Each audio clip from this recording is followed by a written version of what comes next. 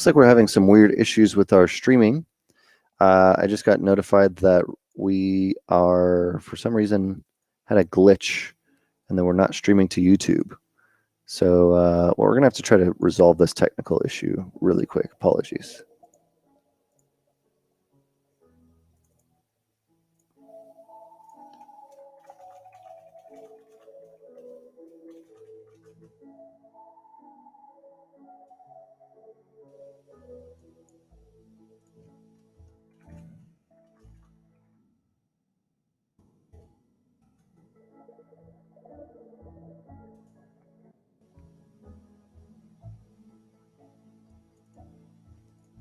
Looks like we should be back on YouTube, so apologies. One of those fun technical issues. If there isn't anything, or if you're joining us from YouTube, hello again. Apologize for that. This is going to be a little too low res for me to pose with, just because I can't really see too many of the forms. So what I'm going to do is I could try to send it back, but I don't really need to do that. So I could just come in here to either of these. I guess I'll send it back. Why not? And I'll say, good job. You've done it. And then for some reason, it created a massive cylinder in place of this hammer, or added it there. I'll just pretend that never existed. Okay. What I might want to do is just lower the subdivision levels on all this. You see, this is the very lowest. This is what I was checking, if they all had lower subdivisions. But this lowest subdivision level doesn't really represent the costume. So I kind of want to go, I'm going to save this as a file. We'll call this like pose test. Pose tests. All right. So I'm going to come in here. I'm going to delete higher or the lower res geometry here of this one. I come in here, delete the lower res geometry as well. And I'm going to delete this one, go a little lower, delete the lower res. So they're all going to be a little bit lower when it goes over to that. Don McCoy, Instructor Don McCoy is here. Hello, Don. Hope you're doing well. This one at the lowest is fine as well. I'm really just checking to make sure these are all working. Somebody from Twitch is asking, what kind of material and light do you use while sculpting? Good question. I don't necessarily move the lights around too often when I'm sculpting. I know a lot of artists that do, but I've never really liked using the lights within ZBrush. The basic, or not the basic, the standard materials can receive lighting information, whereas the matte caps do not. I use downloaded matte caps, so you'll just see me bounce back and forth between different types of them, and that's kind of what I usually look for. Just an appealing material, something that doesn't have too much. You'll see within the material settings in ZBrush, if you go under modifiers, the cavity detection, or either that going one way or another can really change the way that your surface looks, because it will either enhance the details if you add too much cavity detection, or it will try to erase them. And what they're trying to do with that is they're trying to mimic certain types of materials, like a clay or something that's shiny, or something that might gather dirt in a crevice, right? I try to get something that's very neutral and has very neutral lighting. So I just use some imported ones that I found on ZBrush Central. I'm just going to save this pose test one more time, and we're going to start doing some poses. Now, obviously, having good reference of an image or what you want to be doing is a really important part of kind of knowing what your pose is going to be. So obviously, you can go to Pinterest or something like that. I'm just going to very quickly search for something like action hero poses. Very quick click and easy. And you'll find all kinds of stuff like this on Google, right? We can go down the line and find all kinds of things that we want. There's going to be a million different things like this, but having a good idea, or at least a decent understanding of what the pose, or at least the vibe you're trying to get, is important. So So I'm going to probably do something like,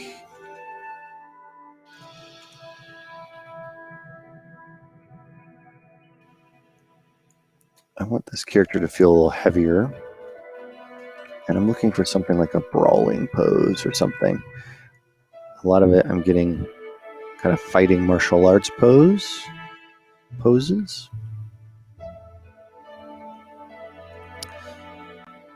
I kind of want just a superhero pose, maybe. Superhero pose is probably going to give me a lot of Iron Man things. But something in these ranges, like I like this, something like this kind of thing. This is not the pose that I want, but that style of crouching pose is probably what I'll go start working for first. Something that's kind of a dynamic action sequence in the middle of a fight kind of a thing. So I have an idea of my pose. The next things that I've always found to be very, very helpful when you're doing poses is two things. The first thing, and you're going to see me get up out of my chair a little bit here and there, and so you feel free to laugh and giggle if you want, but the first thing is doing the pose yourself.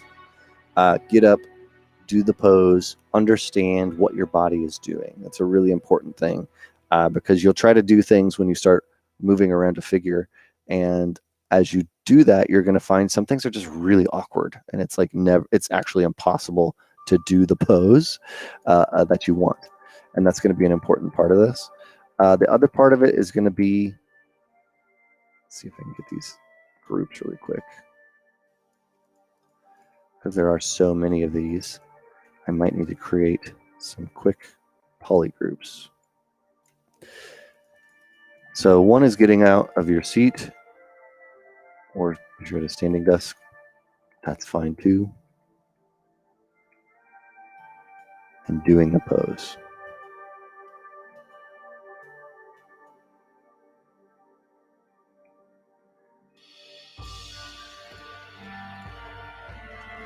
So I just masked all of these off, so this is all one poly group between all my meshes.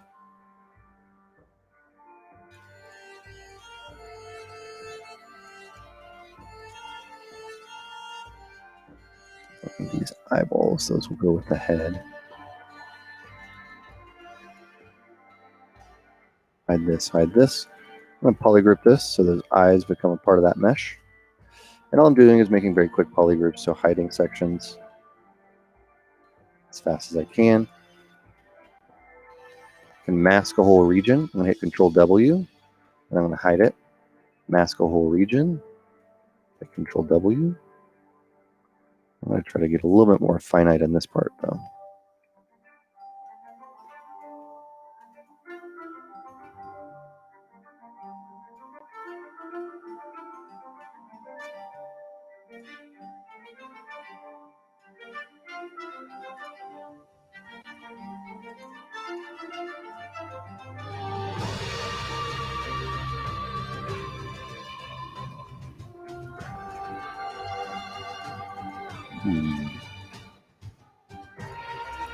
Just trying to get this last one done.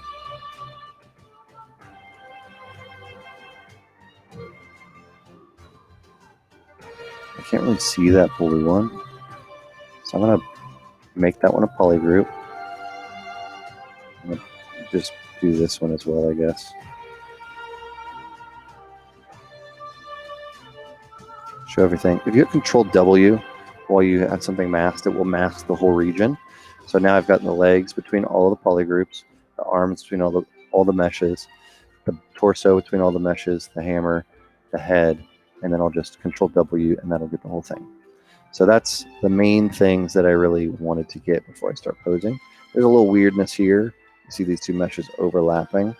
I don't really need this to be part of the head, but I have a feeling that if I start turning the head and this is inside it, it's going to give me some problems. So I'm going to mask all this, Control W, and that'll make that all one poly group so that when I pull this off, the little piece of the head that was inside goes with it. All right, so the first thing that I was saying is being able to do the pose yourself. So getting up out of your seat and doing the pose.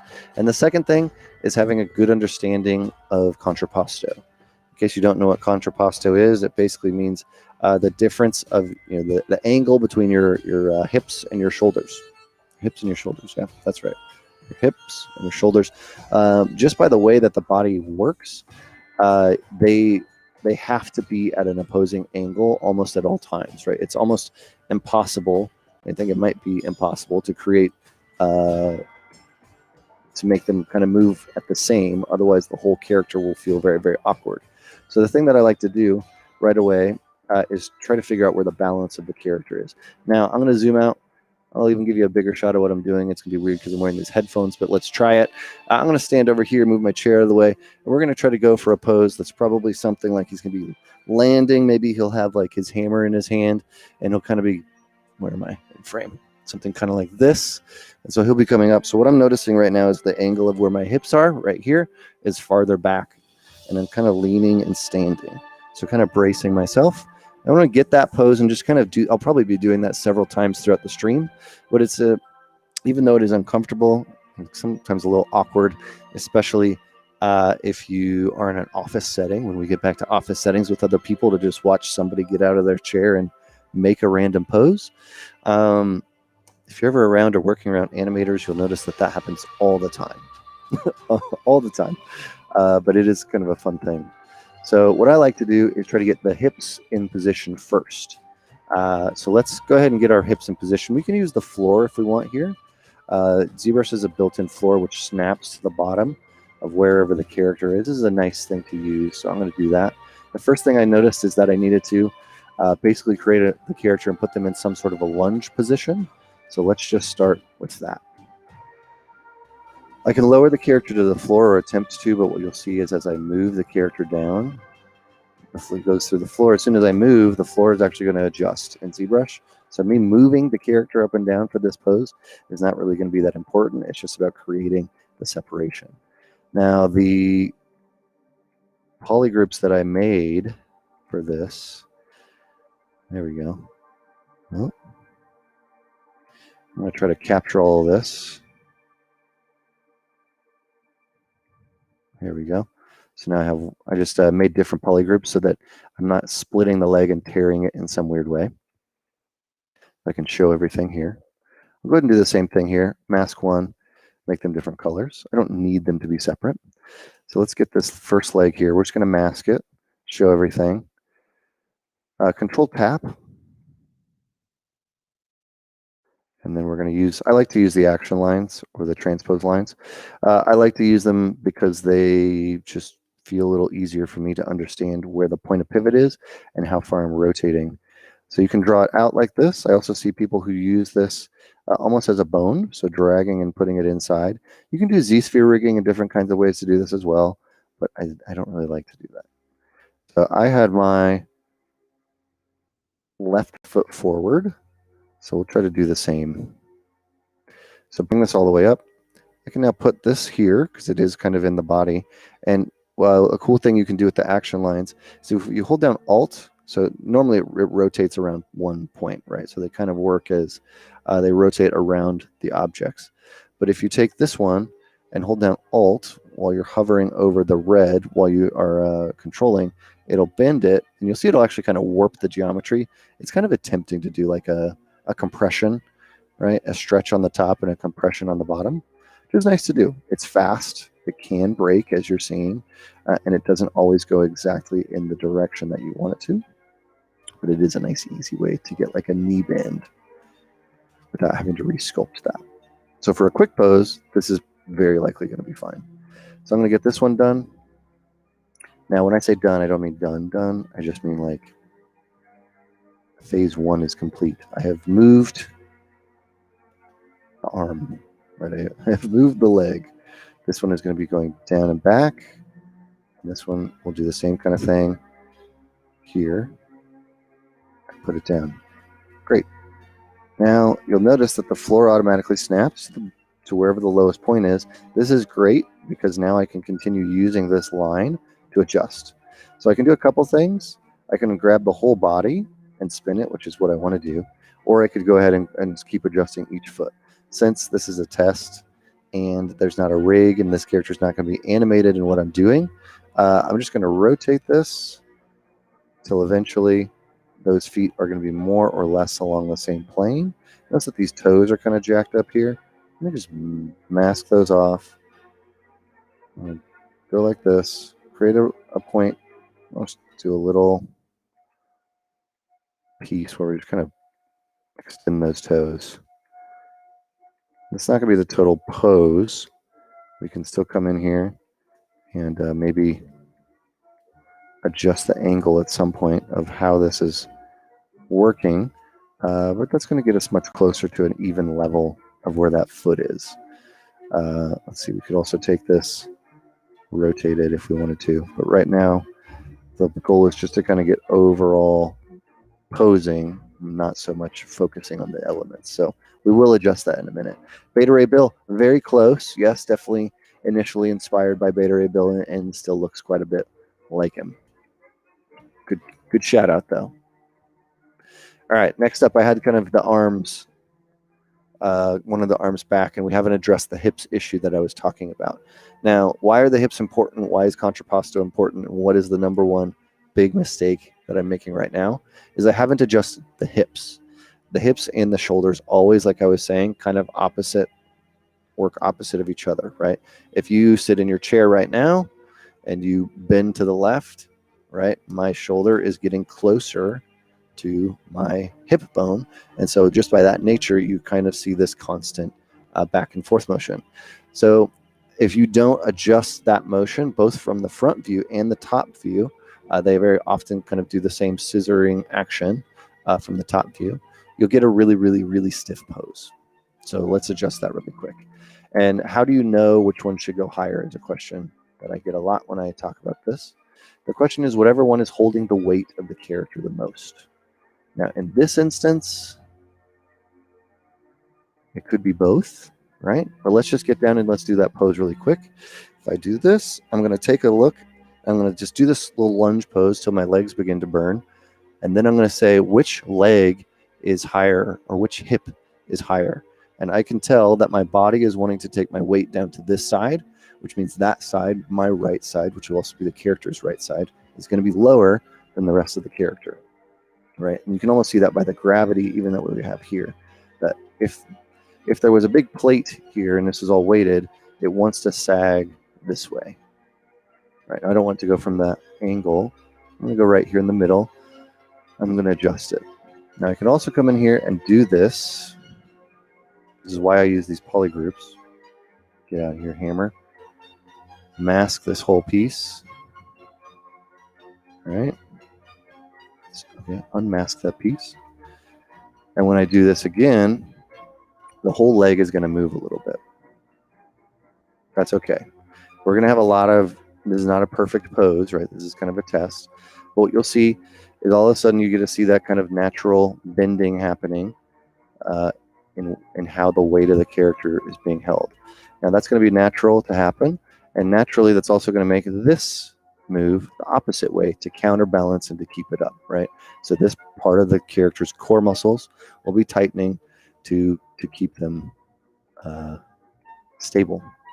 So I'm going to take these pieces, I'm going to mask them as well.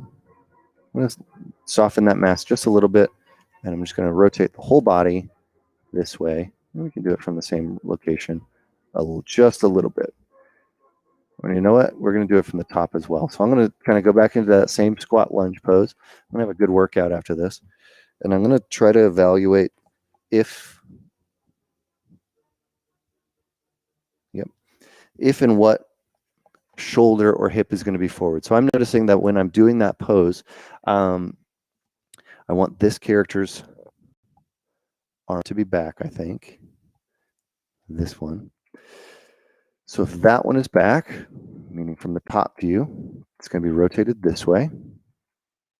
Not that much, maybe that much. You can also go from the center of the body here and rotate along this pole using the center of the white one. Right? So now we can twist this a little bit. And that will allow us to actually do the opposite here. We don't need this here. To rotate the bottom forward.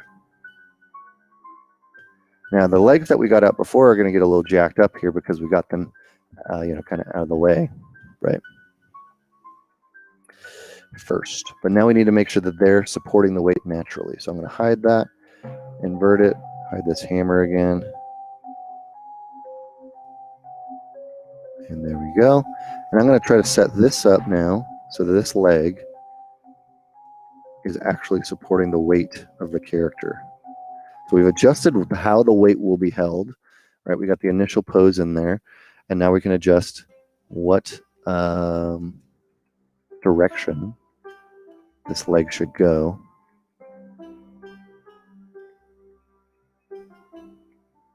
To make it feel the most accurate. So I know that this probably needs to come out a little bit, needs to be more vertical, and maybe we want to take the hip, bring it in.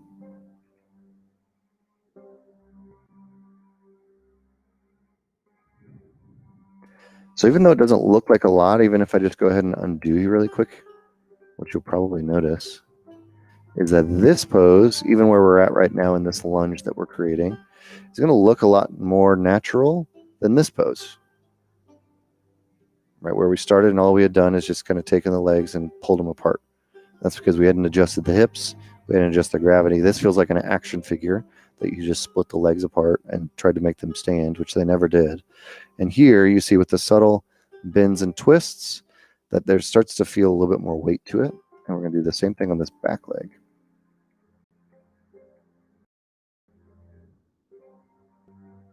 So where is this leg going? How high is it?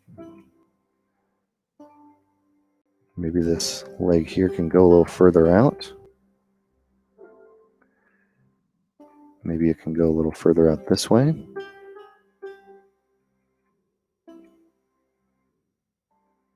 You thought everybody here would be just want to talk about Unreal 5. Absolutely. Happy to talk about Unreal 5. Obviously, the Unreal Access came out today. Super cool stuff. Very excited to see the integration of the bridge there. Let's go ahead and tweak this ankle.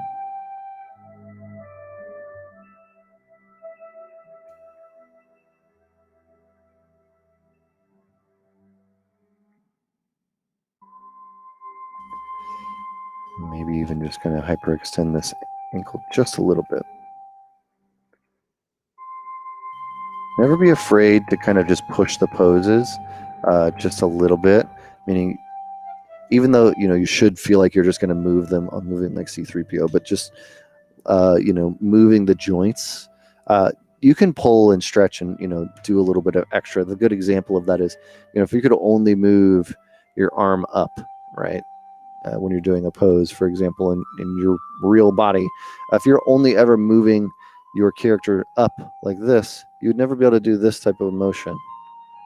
All right, these little adjustments that you can do, right, especially in certain different parts of the body, can happen. And just general squash and stretch is something that you can still do in any type of a pose. So we're going to get this a little closer. He might have a boot or something on. I'm going to put perspective on him. You kind of see his lunge is starting to happen. And then I'm going to work on this head. So I'm going to just kind of mask this whole head here. I'm going to soften it. This is going to be a rough pose. So you're going to see some jagged edges. It's not going to be 100% beautiful. That's okay. Actually, you know what? Before I do the head, we need to get more weight in the front. Let's do this one more time. Bump, bump, bump, bump. Mask this whole thing. And I want more weight to be going over the front. So before I get any of these arms, it doesn't make sense for me to put the arms out and do the position and put the head looking in the direction I want right now, because the whole body would eventually, if I had it perfect and I moved it forward, I would then have to adjust everything again. So I'm just going to do this one time, or hopefully one time. We'll see if I can do it myself and get lucky.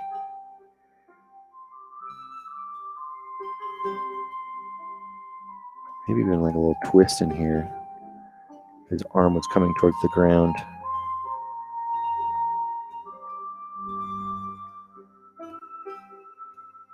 A little bit of that.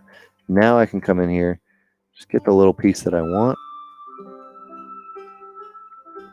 soften this mask up, and we'll start adjusting this. Can rotate it from here. Not necessarily putting it in the spine where it's going to go every single time. I'm just putting it where I think it should be rotating from and adjusting there. It's all screen space based. And of course, you can always come back and sculpt. That's something that people don't think about. You can always adjust these poses as you see fit. So I'm going to get that one. I want the head to kind of go this way. I'm putting the point at the base of the neck here. Well, almost like it's rotating from the bottom of the neck, not like in the head, but at the bottom of the neck. And I'm rotating that around. So which way do I want him to look is the question. If he's kind of going like this, got one, maybe that hand down, this hand out. Is he looking to the left or to the right? I think he'll look to the left.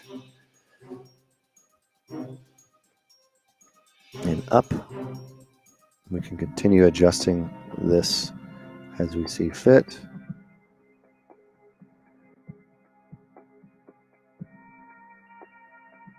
Let's go ahead and start working on those arms.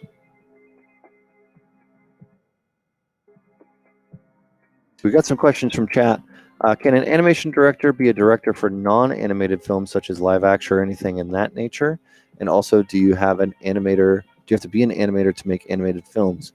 Can you do both? Yes, there's some examples. Brad Bird's a good example. Brad Bird directed Mission Impossible, also Incredibles. So there's two, live action and animated film. And you do not have to be an animator to make animated films. It's a good idea to have a good understanding of the process, but it's definitely not, a specific thing that you need to know. So this arm, I'm going to bring down forward. Let's extend it. Still pretty straight, but we want to extend it just a little bit further. And I'm going to take this. You can't see my hands, but I'm taking my hands off. I'm looking at my hands. I'm looking at the position, just like I was showing you or miming earlier before. Get up and do the pose. Right now, I don't care if it breaks the pose. So it's just about getting the emotion and the energy.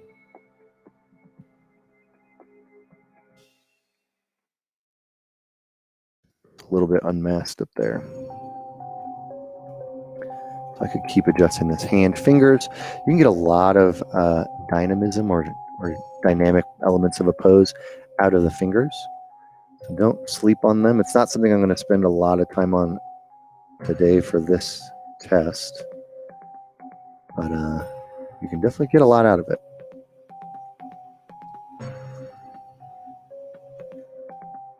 Now, I'm noticing that this hand isn't long enough. This arm isn't long enough to reach the ground. If I had wanted him to be like grabbing on the ground as if he's been pushed back, right? So how do we fix that? Well, the squat that he's doing, the lunge that he's doing needs to go lower, and then he probably needs to bend over a little bit more. So this is why you kind of get those first block outs out of the way when you do this pose, is if it's not looking the way you want, you can, but it won't look good to just be like, whoop, there you go, we fixed the problem, right? That doesn't really work.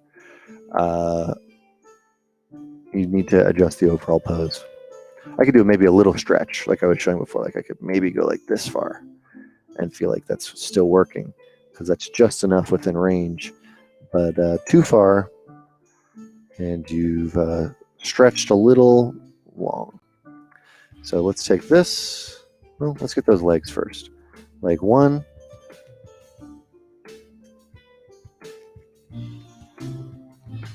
Somebody was saying, was having trouble posing before.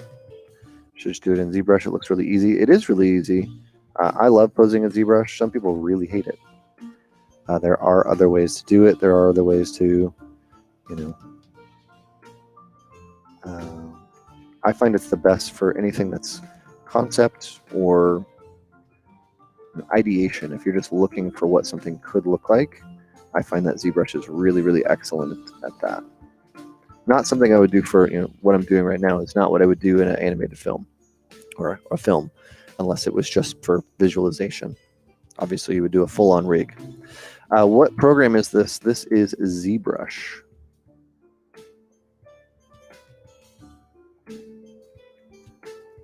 Let's do this other leg.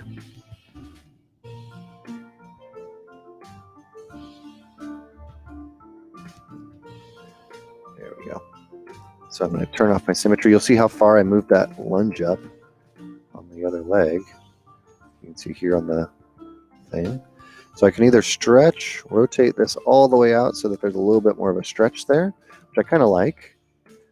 I am switching back and forth between perspective here.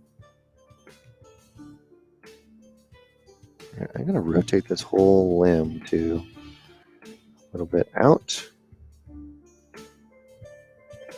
Go down a little bit. Connect it to this foot here. Connect it down and out. I want to see how far can your ankle actually bend. Pretty far. Farther than that. So we'll kind of come in here. How long does the ankle? What's the degrees before you get that Achilles tendon snap? It's really what I'm looking for. And the answer is pretty far. Not to scale it though.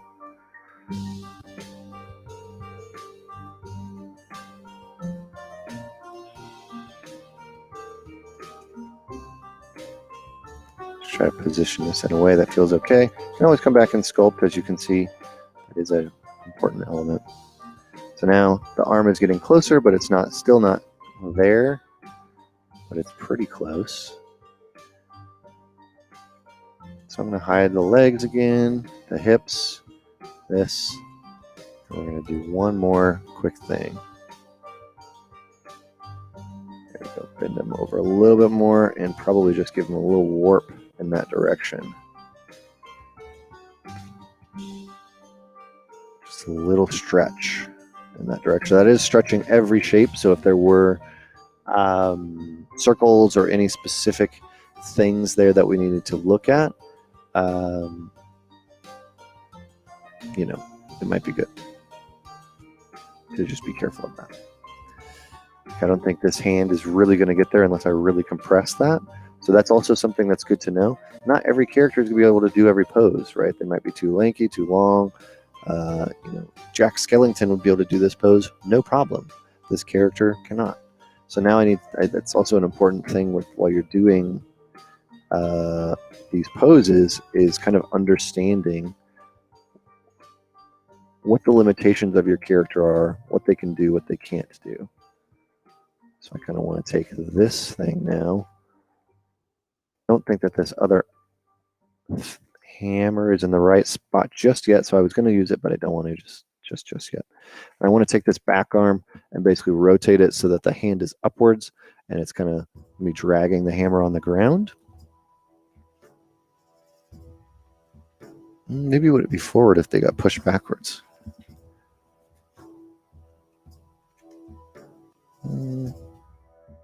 Let's just start here.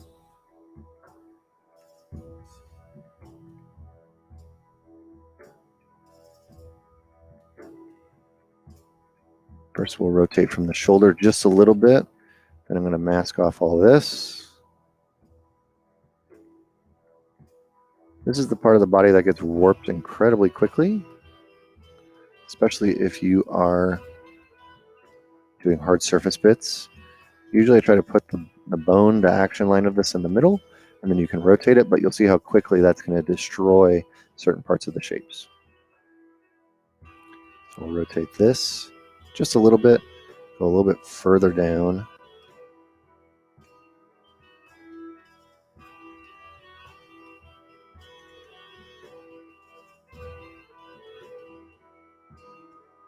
To do the same kind of thing.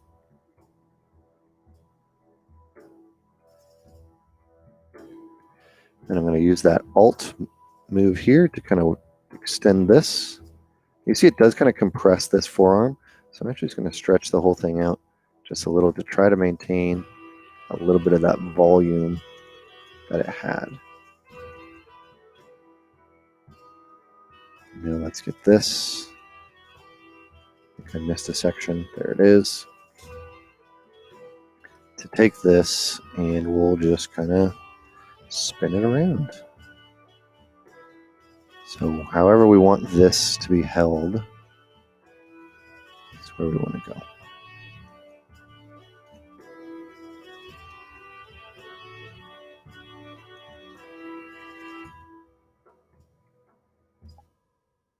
So do I want it to be like this?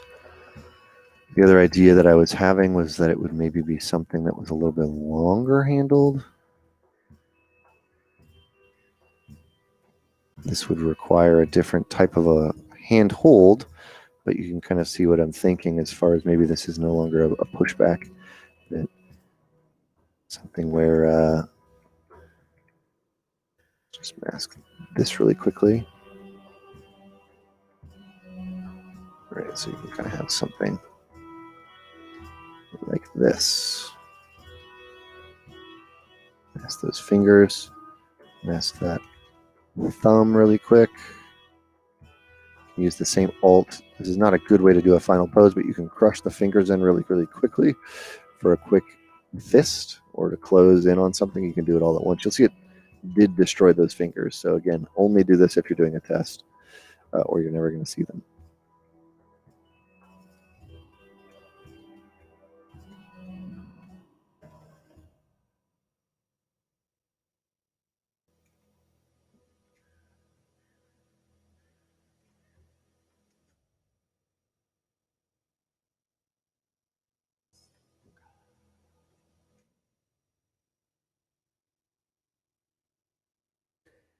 Here, we can come in here now. We can kind of adjust some of these shapes.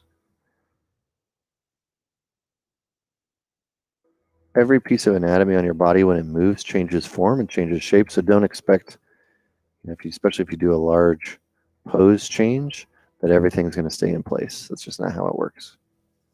So some adjustments is totally normal, expected. I can tell you that this is generally, especially from this angle, is working pretty well for me. I would have liked maybe the hand, this side, to be coming back and out a little bit. So maybe I'll do that.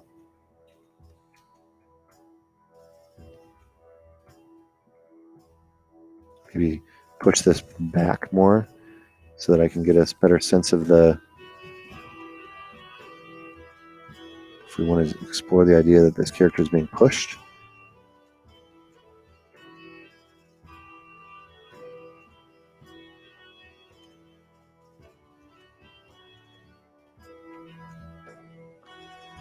Maybe additionally, just a little bit more from the hips. What am I looking for when I'm doing this? I'm looking for a solid action line, and I'm also looking for the silhouette. So whereas before, this feels like somebody who's maybe more standing up. You can see there's more of a silhouette of just somebody standing.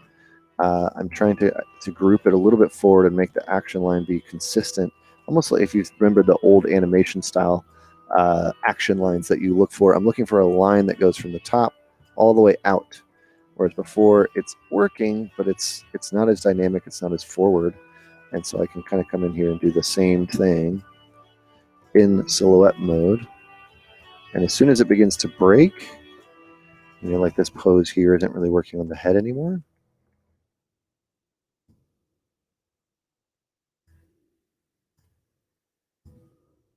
Adjust it.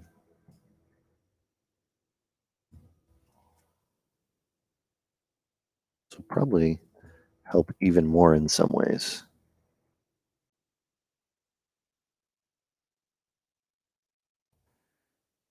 This hand, I actually want to move it with the hammer this time.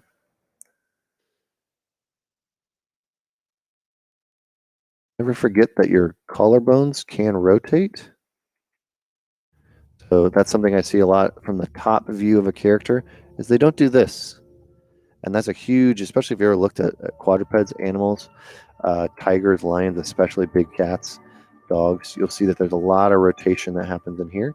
So having a character get a little bit of extra pose by that rotation doesn't seem like a lot when you're looking at it, but when you kind of do this, you can see that extra little bit of rotation, and you can also get a little bit of extension in there if something's happening.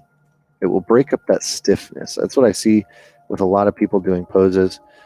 beginners doing poses especially, is they just get a little stiff, and that's because they're not thinking about all the different angles in which a person or a character can or should be posed. What things should be adjusted.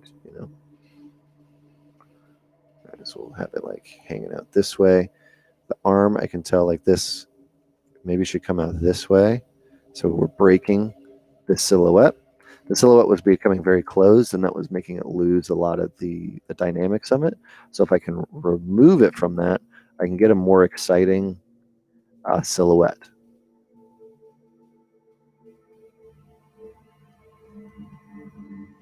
So I guess then the question is, what color, right, should, or angle direction should this go?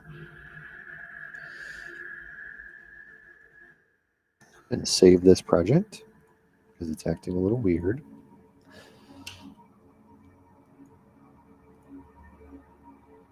Give it a second to do its thing.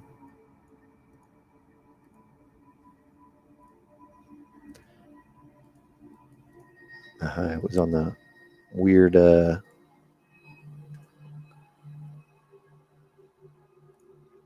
thing. There we go. So put this in the middle. You can do this with any weapon, any prop. Just try to get it so that it's being held in a somewhat natural way.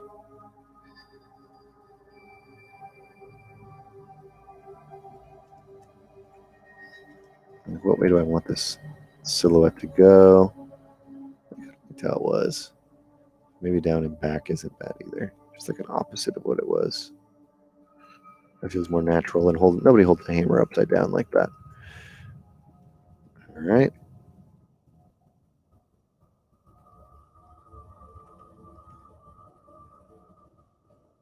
Then, of course, you can always just use, like I said, sculpting.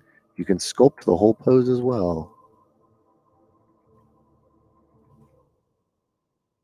I feel like he's getting too hunched. If certain things are getting in the way,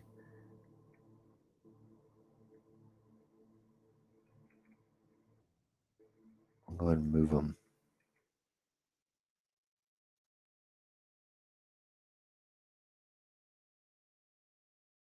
I don't like that crunch I did. I just want to explore if this would be better. Having the hand out versus in. From a silhouette standpoint, you'll kind of see what I'm getting to. That I can see the hand versus something that's kind of back and isn't really contributing to the silhouette all that much. So I kind of like that more, which means I'm going to fix the way that I'm doing this. This guy's straight out of the next Thor movie. If they have Beta Ray Bill in the next Thor movie, that would be amazing. I believe they're doing Gore the God Butcher. So we'll see.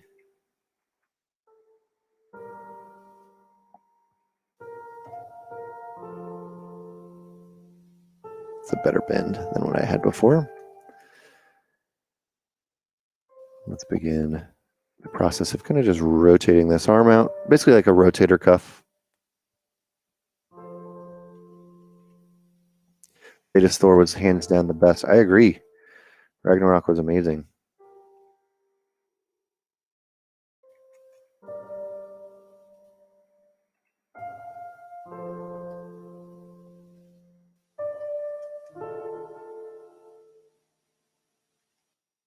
Let's sculpt this in a little bit. ZBrush isn't perfect at rotating everything, right? It's not really an animation program. It's not really a rigging program. So the way I think about it is sometimes it just needs a little bit of help. I'm using the inflate brush here to create some tension in between these two areas. That's probably going to be good enough for our first pose test. Can always continue going over this or improving it. All I got to do is now that because I use the what's it called, transpose master, I'm going to hit T pose to sub T, and now it's going to go through each one of those and pop those into the new pose positions. There we go. Some weird mismatch because I have this thing here. See, it's having trouble with that. I can still come in here. Since I don't think this had subdivision levels, I'll clone this and I'm going to append this hammer. I'm going to make it this color. I'm going to hide this.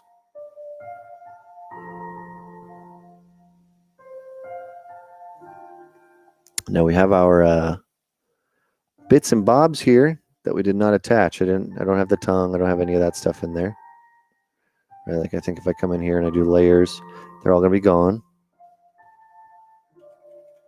That's something we didn't really deal with in this. I could come in here and open the mouth if I wanted to. You know, kind of come in like this. Let's turn symmetry off. Seems like it's not wanting to participate, but I could do it because there is a mouth in there. But this is just a test, so we don't need to do that right now.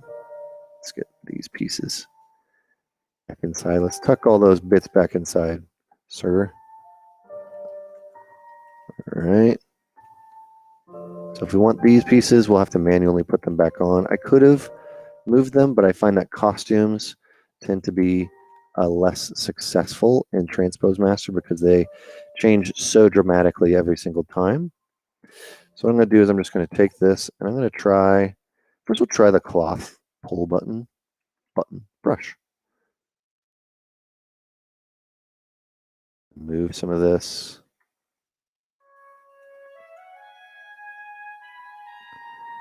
I'm going to crunch some of this up.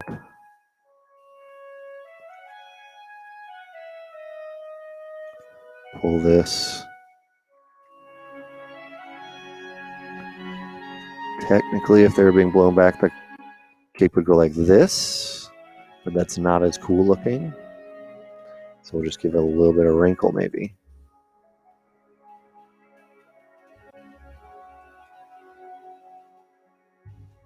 Smooth some of that out.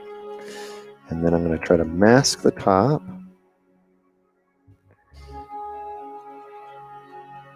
Here.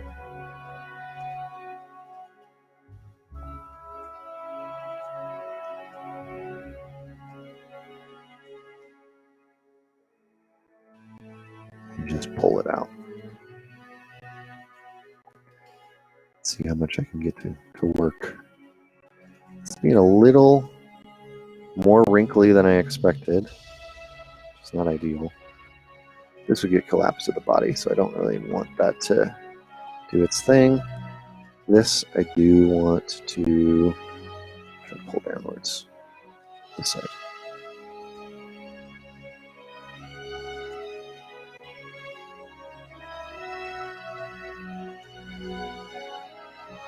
A little too wrinkly for me right now.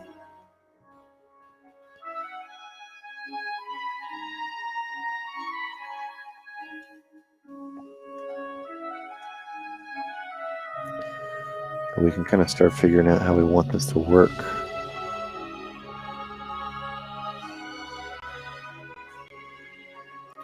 Yeah, the self-collision of those wrinkles is actually pretty solid, but it's not, because I'm moving it piece by piece, it's doing every adjustment, every stroke of the brush.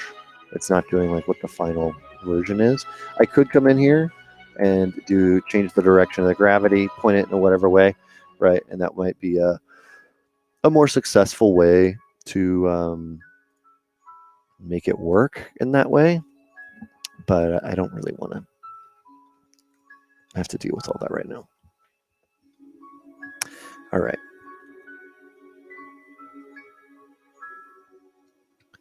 So that's the first one. That will be, I'm just going to give it a little pull this way as well. It's too straight back here, too straight. So with this thing.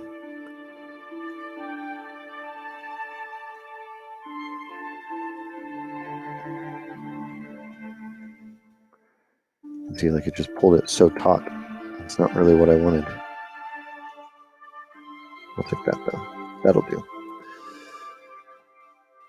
You could uncheck on brush and dynamics for the strokes to have impact outside the brush radius. That's cool. Good to know. Thank you so much. I'm going to take this one. Do the same kind of thing.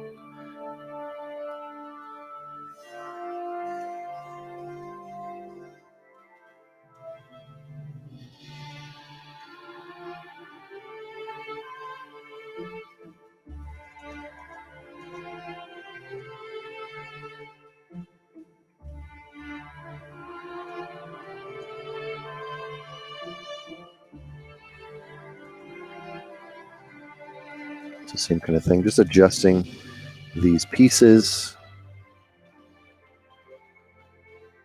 So now this is either he's been blown back by an attack and is about to charge, or he's sneaking around the wilderness.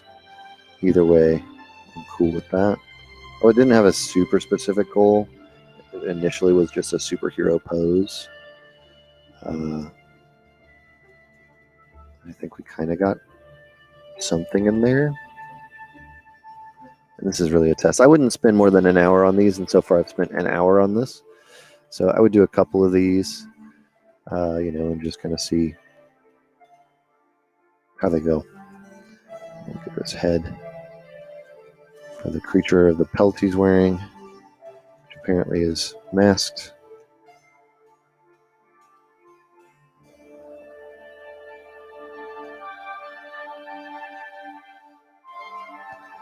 Not super important where it goes, just that it can be seen.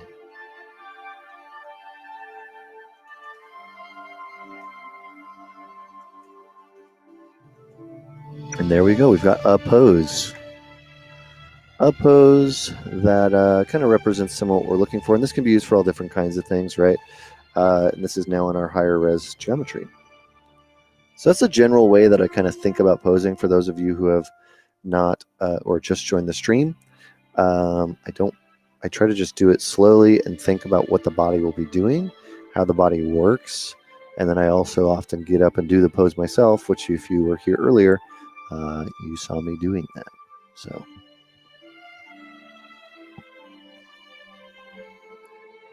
this is a very Conan pose.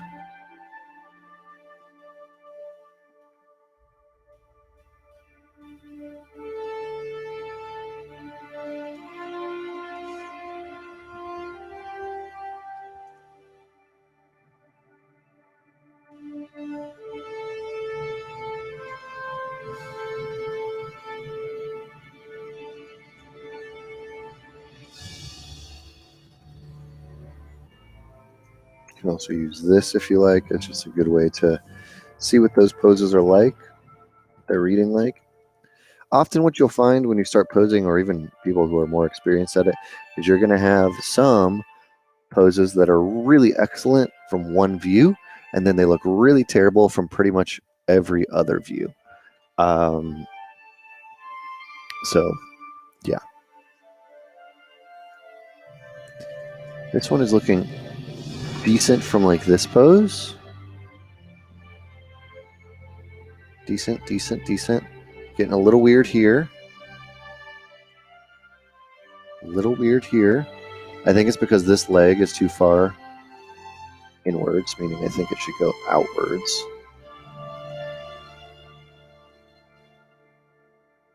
So let's try that. Oh, we'll do it later. That's a good start, though. Here, generally we got a decent pose. So I'm kind of happy with that. Now what's cool with this is if you did this with every character, so we were talking about before about the cast of characters that we're making. We have this character, and this is our sneaking pose. I do really need to adjust that leg, though. Hang on. We'll save it as a new test.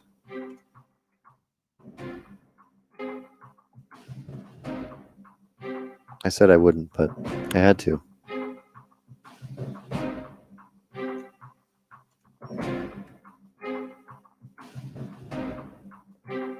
All right, let's get this, and this. These are the only three that we want.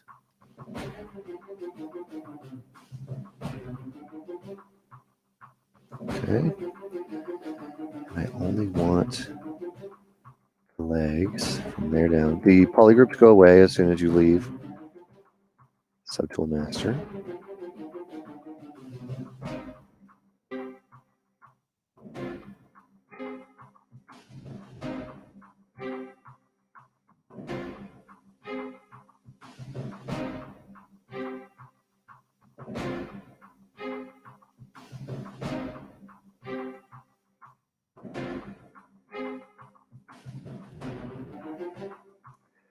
Trying to get this last piece. You can see I'm fighting it. That's why I did all those polygroups early. This is kind of why I didn't want to come back and redo this one also. It was bothering me. I kind of just want to take it and go this way with it. Of course, it's going to rip apart portions of this.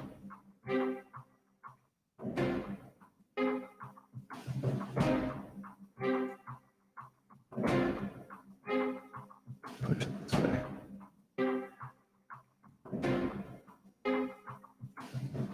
Smooth that back.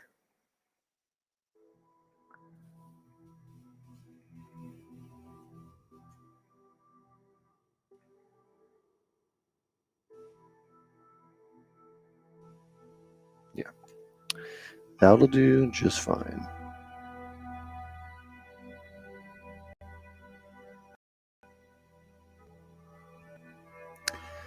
Checking out the new UE5 to see if your stuff will work. I'm very curious to see how that goes. If they, oh, apparently one of my subtools didn't work. It brought in this whole subtool. So there's some issue there. I don't need this. And I don't need this in this one. The leg did change. I just need to append this, and I think I'm good. Get that color, put it on here. Color, fill object. There we go. Save that again as a final test. Greetings from Venice Beach. Greetings from Silver Lake, Los Angeles. Hello. Icon JT from Twitch asks, hey Josh, I've been trying to get into ZBrush on my own and have a lot of my experience already. However, I just can't seem to get used to the UI/keybinds and the workspace itself. Any tips, or does it simply take more time to get used to? Honestly, it just takes some time to get used to because it works completely opposite of what the standard 3D headspace is. And I think that just takes time because you having, like you're saying, you have a lot of Maya experience, that's actually hurting you. If you were learning ZBrush from scratch, it's actually very easy to learn. It's because you have a previous preconception of how a 3D package should work. And generally, most 3D packages work the same. However, ZBrush does not. And I think that's why people who have 3D experience struggle with it. The way that I like to think about ZBrush is it's not a 3D app, it's a sculpting app, and sculpting just happens to be 3D. So thinking of it just like a sculptor would think about it is the way that I like to approach it. So when you look at what we have here on your what do you call this? Your workspace. This big area here is your document, right? Think of this as your shelf, as your desk space. This is where you're actually sculpting, right? So anything in here is where you're sculpting, but it's a certain size. So if I zoom out, anywhere that's not on my table, my workspace is not going to be in my workspace, right? So that's an important thing to note is that you're actually working in a specific document size and space. The next thing is you can get to anything you want to by right-clicking or by hitting spacebar. Those are the main things you'll ever need. The draw size, the focal shift, the intensity of your painting, your Z intensity, all your colors, everything right here is also right here. You can get that by hitting space, or you can get that by doing right-click. So you don't actually need to do any complex key commands. You rarely actually need to go into any of these top menus unless you're looking for a specific thing. The other thing to think about and how ZBrush functions is it functions, again, think of this workspace like a physical sculptor would with clay. If you look over on the right side over here, every one of these little things is sculptures, and notice how they're all kind of stacked up. Think of this like a cubby, an IKEA cube, whatever you want, like a space on your shelf. Each one of these is its own place for a sculpture to live and to work. So this is my posed version of this sculpture, and this is my not posed version of this sculpture, right? And if you start thinking about, I'm saving a tool, which is what this is, I'm saving and loading a tools, that's in this area. So I'm saving and I'm loading things within this area here. Project is everything all at once, everything in this big box. Tools are going to be individual. So the way you kind of get into working with ZBrush is honestly just by removing previous 3D from your mind and saying, how does this workspace function? So here's all my tools. Here's all my different sculptures, right? How they work, what they do. I'm going to save each sculpture, right, within here in my cubby, in my tool shelf, is made of multiple pieces. Just like traditional sculpting, you wouldn't make everything from a single block of clay, right? It would be, hey, I'm going to add eyes to this, so I'm going to find some marbles or pieces of, small ball bearings or something to put in here. That's what this is. This is my ball bearing tool or sub tool. So tools are here and sub tools go inside of the tools. Brushes are all within here. Honestly, you need 5 to 6 brushes. Don't worry about too much. I only use 6 standardly, and I've numbered them on my hands on my keyboard. 1, 2, 3, 4, 5, 6. So move, clay, standard, clay buildup, the Damien standard brush, and the inflate brush. Those are the 6 brushes that I really use pretty consistently, unless I'm trying to do something specific, like maybe you saw me try to use that cloth brush, or you maybe might see me use the Move Elastic brush or the H Polish brush. There's certain times and places where I do go to use something else, but often I'm going to use this very small handful of what's out there. So I'm kind of liking how this pose is starting to come together. From certain angles, I think it's good. From certain angles, I don't love it.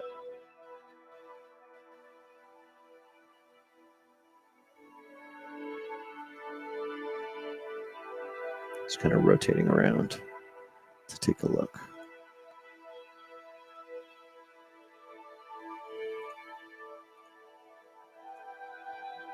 Let's see. I think it's from the side that it's starting to bother me just a little bit because, for example, this, how crouched this is, looks like it's not super extended, but when I get to the profile, it's very extended. Now I'm going to just go quickly add, append a cube. Go to the cube, scooch it down, make a base. Even though you can use the floor in ZBrush, I don't like using the floor because I find that it often gives me a little bit of a weird result. All right, so I have this. I'm going to Dynamesh this. I'm going to get a little sculptural element to this. Dynamesh, turn this on. That's pretty high. That's fine with me. I'm going to use this to kind of just sketch in where this could have gone. I'm going to use the thick skin feature, which is under subtool, I believe. Where did that go? Nope, thick skin. Thick skin. How thick is this? Not too bad. Okay. Carve in here, carve in here. And I think I had said like maybe they were being dragged.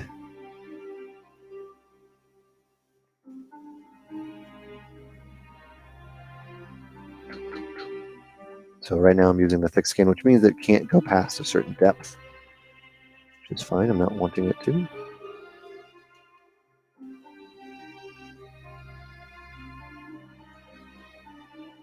Somebody's saying from Twitch, hey, I'm pretty adept at ZBrush right now, and I'm wondering what program I should learn next.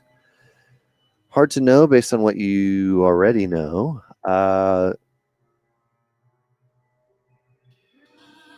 And I guess what you're looking to do.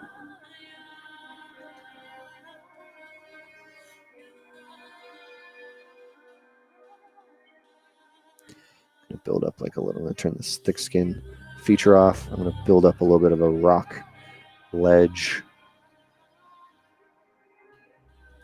behind this character. Probably eventually put some little rocks and stuff back here. If you didn't notice, last week I got into doing some sound effects. A lot of requests for sound effects. This music is just really nailing it. Trying to get into the, imagine the, it's like a duel of the Fates build-up. It's not really, but.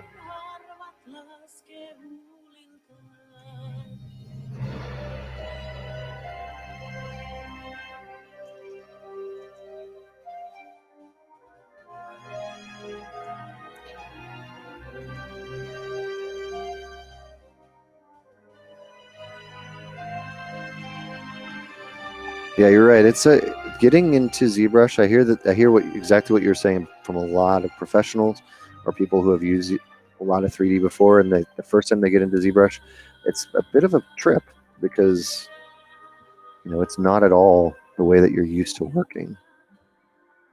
And I think that's really interesting because ZBrush is fantastic at what it does. It really is. It's definitely one of the more innovative products on the market.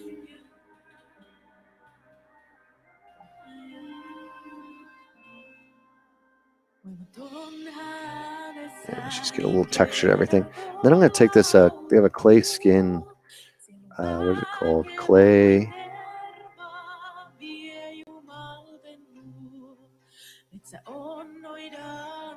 Where is it? Where's it called? Thick skin.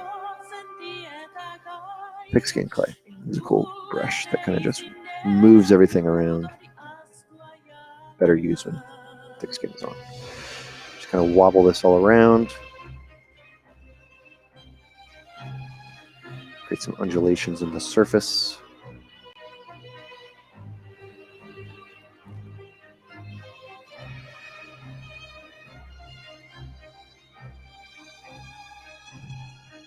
And this is kind of what you would want, like, maybe if you're working on collectibles, or maybe you just want to do a statue of your own, or you're, want to do a piece of concept art. You can get pretty far with something like what I'm creating right here. Well, here comes the build-up.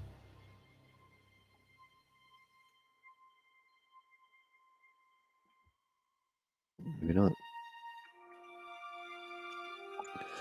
Let's just go ahead and go in here. Clip, curve, turn perspective off. Whoop. Let's turn symmetry on and try how that works. A little more equal.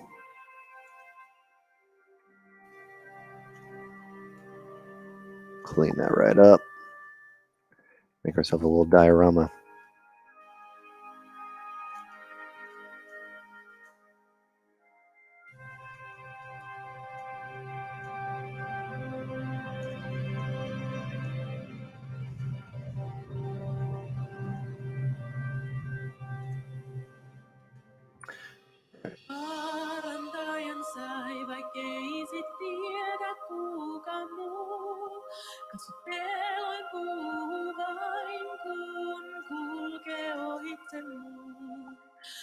Let's build this up again. You can keep toggling thick skin, which I think is an interesting technique that I've seen. Toggle this off and on, because it's like using clay tubes in a way. It only builds up to a certain point, but it kind of creates an interesting way of working.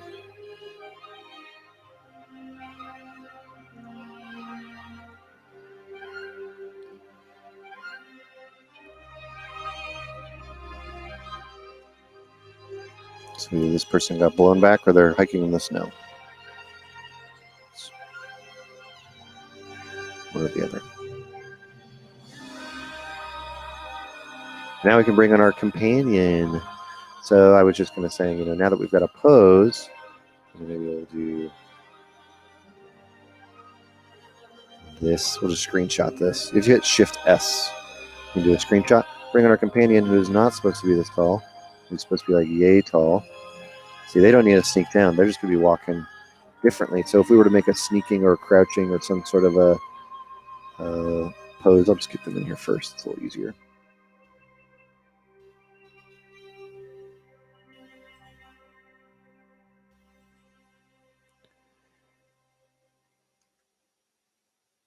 Kind of get this going in here. So you can kind of start taking these characters, getting some life into them by posing them very quickly and then putting them together to see what they look like. I do this pretty often as a test to just see, do the characters look good together? Do they work together visually? Is there things that I would want to adjust? Is there restraints that, like I was seeing, like the length of the arms couldn't do certain types of poses, or they would have to be very squished to do them? Are there issues like that that I want to address? Yeah, I like doing this quite a bit. It's kind of fun. But now we have this as a test that we can bring into anything else. Ooh.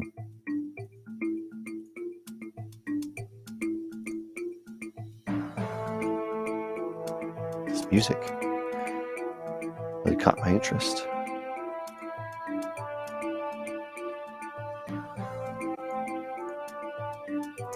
Close that.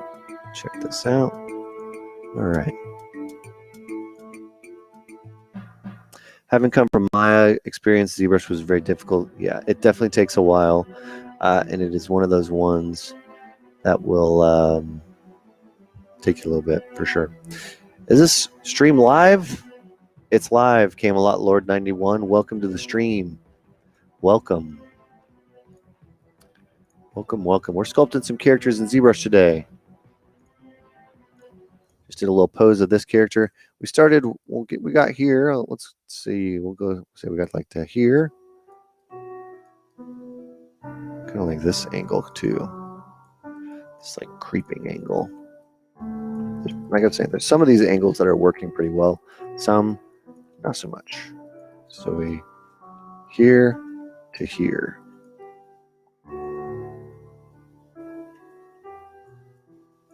Probably better if we do it the other way around, just so it makes a little bit more sense.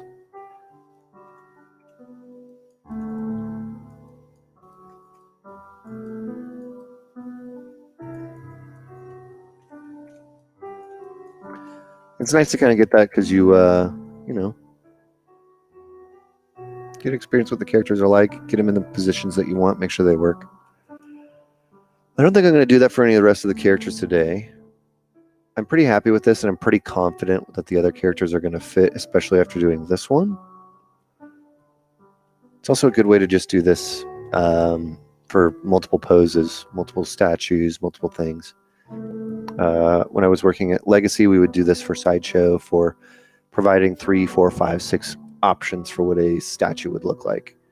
You know, we collaborated on a bunch of things, with a bunch of Marvel statues there. This is a very common thing. What we would do is just do rough poses and send them over and see which ones they liked, and then eventually finalize them. Need to do some homework. Thanks for the helpful tips. No worries. Thanks for joining. Do these characters have names? They do not have names. No. We have thrown some ideas around in the chat in the past several weeks, but this character here, this hero, is definitely still looking for a name. So if you happen to have a name that you think would be great, go ahead and type it in. Let's see. Do you then texture and paint these characters in a separate program? Yes. Texturing and painting is usually be done in another 3D painting program like Substance, Quixel, either of those. You can also do painting. You can see there's some basic poly painting done, especially on the head of this character here. I'll show you that right now. So you can see this has kind of a red and green areas. You can go pretty far with this and do something called poly painting. It is actually painting every vertice is how it works. So, but yes, you can do that in here as well. Somebody's saying, can I buy a permanent license or is it just subscription? I believe there's still permanent licenses, but I don't work for Pixelogic, so I can't guarantee that, but I'm pretty confident that there still is. So hopefully you can find them. Ooh. Should name the character Lizardhead. I mean, it's definitely Descriptive. Pretty straightforward. I think we need something more, something else that's out there. The cast of characters, so for those of you who are joining late, we have our hero, anti-hero here, reluctant hero. We have our companion.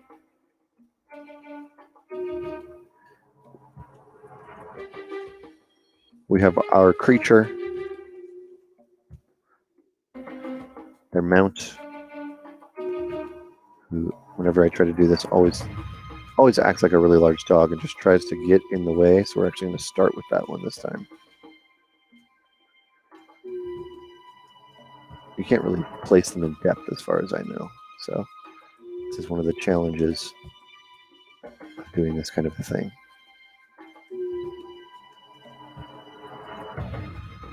Probably something like this. And then there is a large mech tank that we started. Very, very rough, but you can kind of see the overall proportions of this thing. Need some iterations. We did this last stream, though. I think we were saying something like this color range. And it would probably be about yay big. This is Jurassic Park meets World of Warcraft. Yeah, there you go.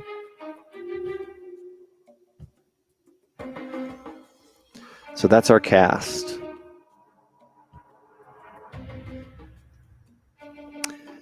All right, y'all. So we have about an hour and a half left in the stream. We'll be streaming till 5 Pacific today. I'm thinking about continuing working on our hero and just beginning to flesh out some of those bits. I think I know where the companion's costume will go. It'll be pretty straightforward. I think I know where the creature is. I think I know where the hero's going. I don't particularly feel like fleshing out that mech just yet. I want to flesh out the characters a little more before I finalize what would oppose them. Space Turnip from Twitch is asking, is there magic in this world and what would it look like? That's a fantastic question. I think there would be magic. I think it would be there'd be some kind of an arcane influence for sure. What would it look like? But I feel like, I think it should be like almost like the screensaver is terrifying sometimes.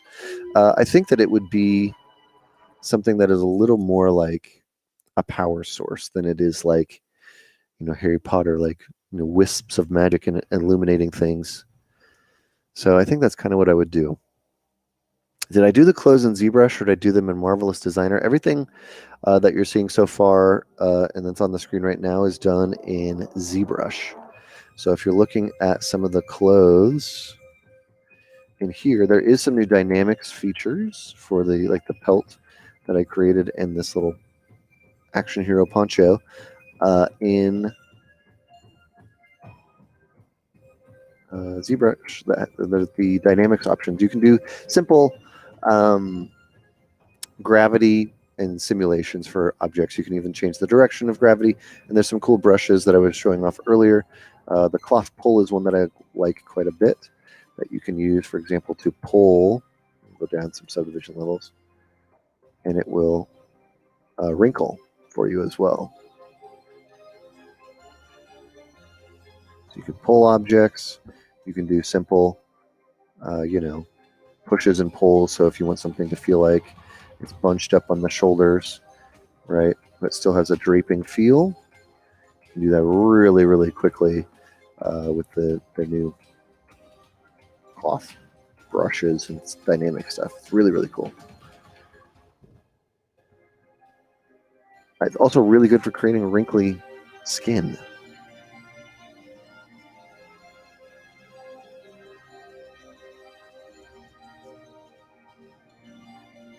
I feel like we need to finalize this character's costume. You like how that lays up the dichotomy of dinos and technology very well. Yeah, I'm a big fan of dinos, big fan of, creatures, reptile creatures. I'm a big fan of mechs and robots, so I thought that this might be an interesting world to kind of tie those two things together.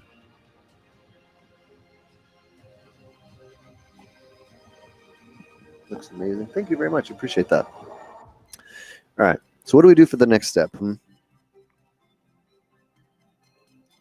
Let's work on this character. The hammer that I did several. It's not supposed to be pink. It's supposed to be white. But I did this a while ago. It's also pretty rough, but you'll get to see some of what I'm thinking. Somebody was asking, is there going to be magic in this world? This is what I was thinking about some of the magic, that some of these circles here could basically be part of where whatever this artifact is from has some sort of a magical source that runs through the center of this and powers this thing up, and so there might be some lights and glows and special things that be happening here. So some elements on some of the characters might have some of that stuff.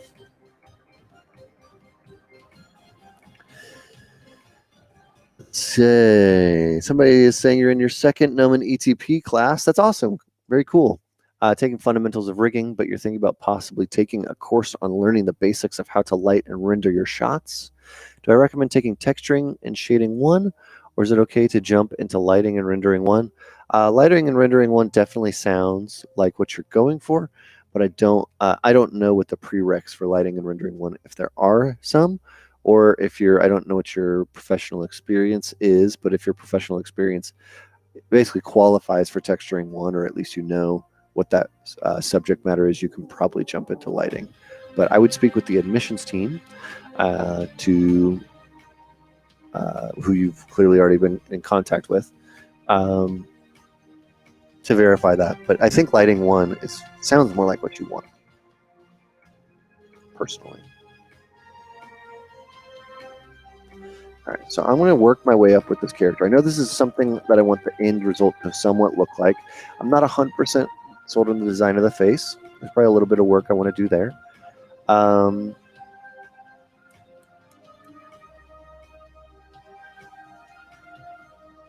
think we just keep polishing this character. That's where we'll go. Yeah, no worries, Ever6. Hopefully the classes you're taking right now are going well for you. And I think if you can get into that lighting class, that sounds like it'd be great.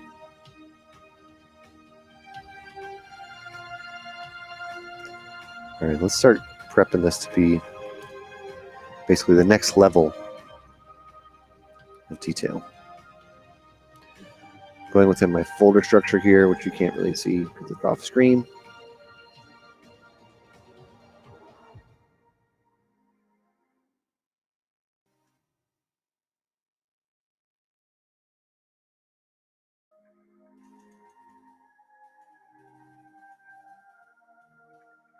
Just starting a naming convention, an official naming convention. Often I will do really poor naming conventions, meaning what you'll see is kind of what you see here. So I just add ones. This is the worst way to do anything, but just adding ones to the end of something. And that way, when I'm looking at my file structure, I know this is the most recent file. It's effective. It's not very clean. So I'm making a real one that looks like this. And we're going to get going on it. So I'm going to hide this. I'm going to hide this. I'm going to hide this. I'm going to hide this. And I'm going to hide this. So we got our base character here. Now I want to take this a little bit further in general across the board. You saw me do this a couple streams ago. I'll actually just load that file up so you can see it. I'm assuming it was this file. Yeah. This is where I was exploring what these shapes might have been. And so you'll see the level of detail between this and this go up quite a bit. So the actual level of design, right, is going up quite a bit. Well, that's a pose of this. So what I want to do is basically do the same thing. So going from here, where it's a little simpler, to something that's here with a little bit more design in it. And now I want to take it even further to add more complexity, more realistic shapes in general. So we're going to basically start finalizing some of this stuff. First thing I'm going to work on is likely going to be the body.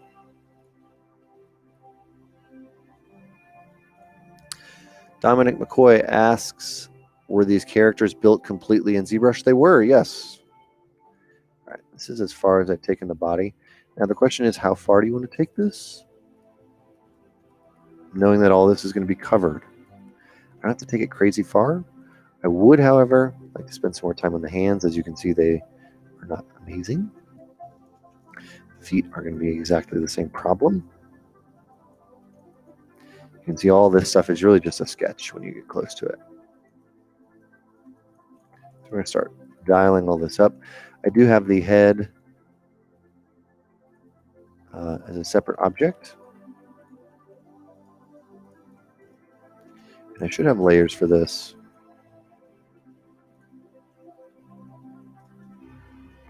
Seems like I deleted those, but the mouth is capable of being opened.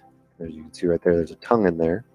So I'm going to want to start basically getting this to not a production level, because I'm not going to be animating this, but I want to make it to the point of where if I wanted to do something with it, I could, right? Whether I want to do different poses, if I want to actually texture this thing, I kind of just want to prep this thing for the next phase.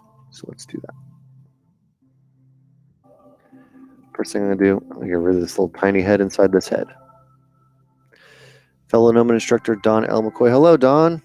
Welcome to the stream.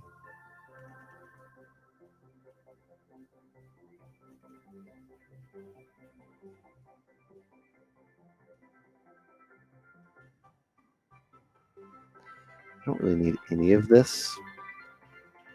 You can see that it's actually all kind of being covered, even over here, by this other piece.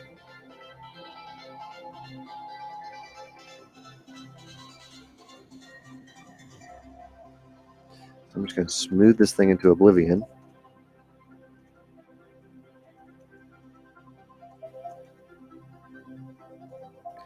And we go to the reverse, select this piece. I think I only want the head to be in the center area. So I'm just going to pretend.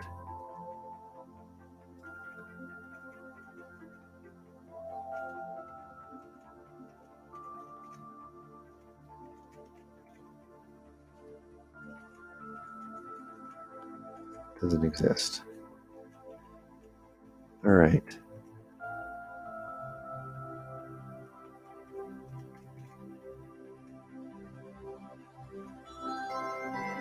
So the head is going to this strap. I'm concerned about it going to this strap because there might be a weird middle ground there. So I'm going to select the body, select the head.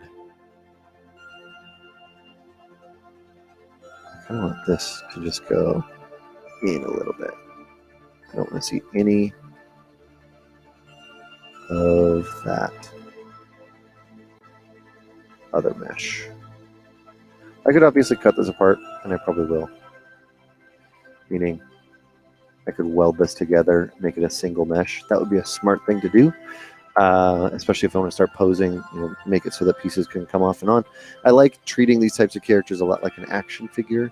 I think I said that before, but basically working from the inside out once you have a good understanding of what the character will be, right? So make the nude character, the Ken doll version of the character, whatever you want to do, and then build up, add the clothes, the underclothes, which is what these straps would be. Add this armor, add the overclothes, and any additional things on top. It's kind of the way, my methodology for building up a character and making it feel like there's an actual system for as to why they would be wearing this much stuff and how thick things are and all that fun stuff. All right. I've just been dancing around installing, not actually getting to work on this. I want to work on the head, but I also want to work on the clothes.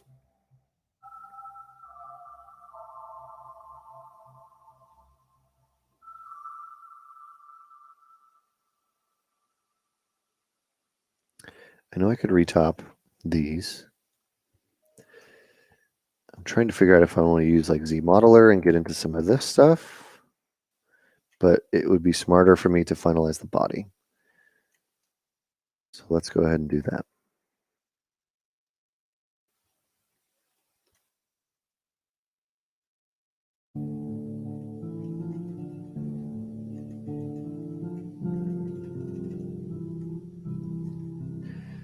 where those two pieces are joining.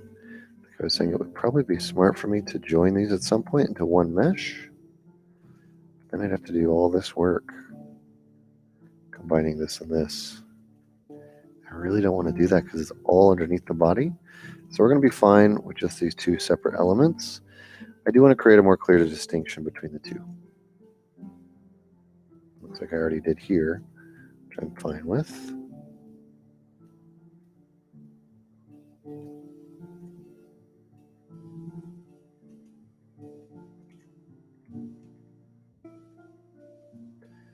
Let's see if this destroys anything. I'm just going to carve it all the way back, this inside piece.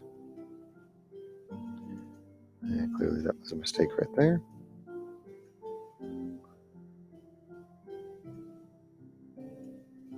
I can also turn off the coloring right now to see more accurately what I'm doing.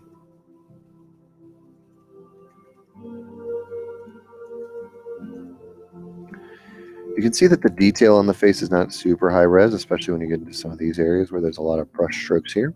So we're going to finalize all this stuff. Does not have genitals. We might do a little booty short for him, though.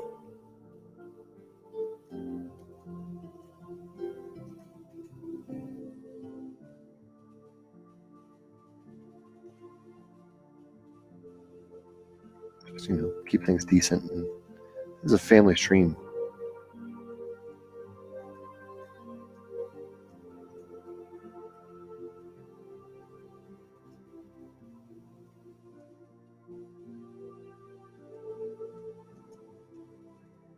You can tell I use myself as reference.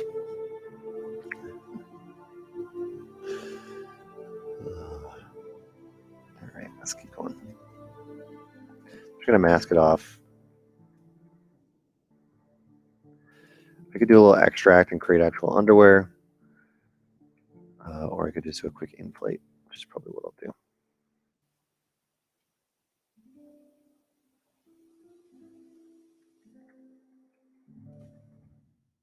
It looks worse. So ripped. Yeah, I think I remember when I started this, I was like, I'm just making a buff alien. And I didn't lie. Oh no, I extracted the wrong side.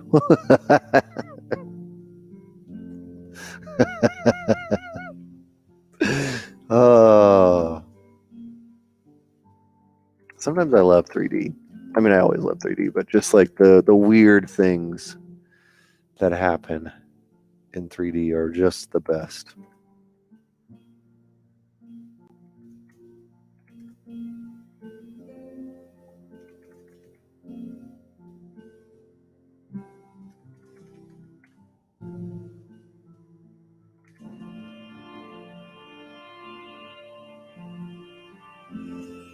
One Alex F1, hello. How you doing, man? Let's see. Sorry if your answer's already. Do you use transpose tool for posing? I do. It breaks all of your geo and causes you to do more work. Or do you always retop and bake? Kind of a combination of both, Lee. I like to use transpose, but also ideally, the one I was doing before was a test. So when I did this piece, this pose, it was more of a test. I would have to resculpt large sections of this. But you could tell if I just hit, we'll see what this does. But if I hit all high, there'll be issues in here, but I could also just resculpt much of this without too much issue. It's really dependent on what you're wanting to do. You know, like this is poking through here. I would need to just poke this, put that back. You just need to be conscious of when you're doing large. The best thing, or the number one thing I would say, is like when you're doing large adjustments. So for example, say you're putting the arms down and you're going all the way up with the arms. Do not do that in one motion. Do not do that in one transpose action. Do it a little bit and go basically get it to here. Make sure everything looks good. Go to here, everything looks good, and everything, then go all the way over, because that'll make the subtle adjustments different. And even if you look at like the anatomy on your body when you're doing something like that, it completely changes. So to say like it breaks your geo, it should in some ways break your geo because the anatomy is changing so drastically, at least for certain parts of the body. But like think of like what your scapula looks like in this pose versus all the way up. It's completely different. Your chest muscles, everything's completely different. So expect, especially if you're doing very dynamic poses, expect to resculpt large sections of your anatomy. Otherwise, your character's probably looking really stiff. What was I doing? Oh yeah, I was doing this. Making some underwear. Except now we can come in here and get this green on. This. Where's that hammer? I like this dark blue hammer. Done. Fill object.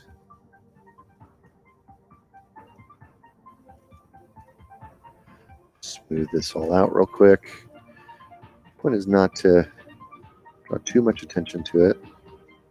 We're not really going to be focusing on his crotch for that often. It's always weird when people come by and they're like, oh, interesting. Even aliens wear underwear, though. So.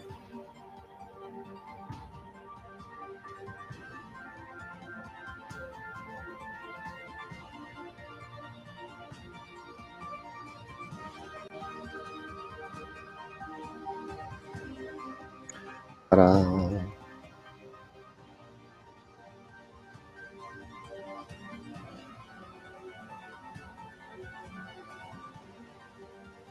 I'm going to move these pieces down to the bottom here, above the hair. You use the up and down arrows to cycle through all your subtools, and then you can actually use the control up and down arrows to reorder your subtools.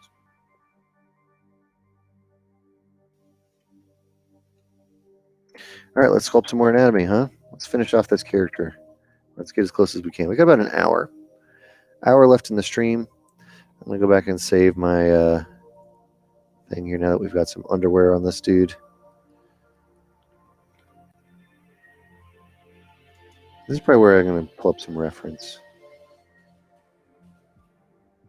We're gonna work on the face first.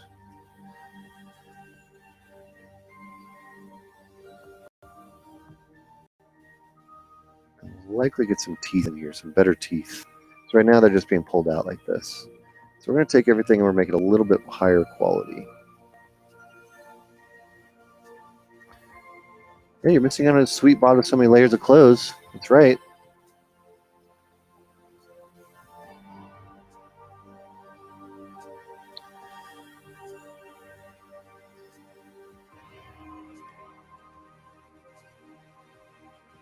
This whole thing really just needs to be subdivided one more time, huh?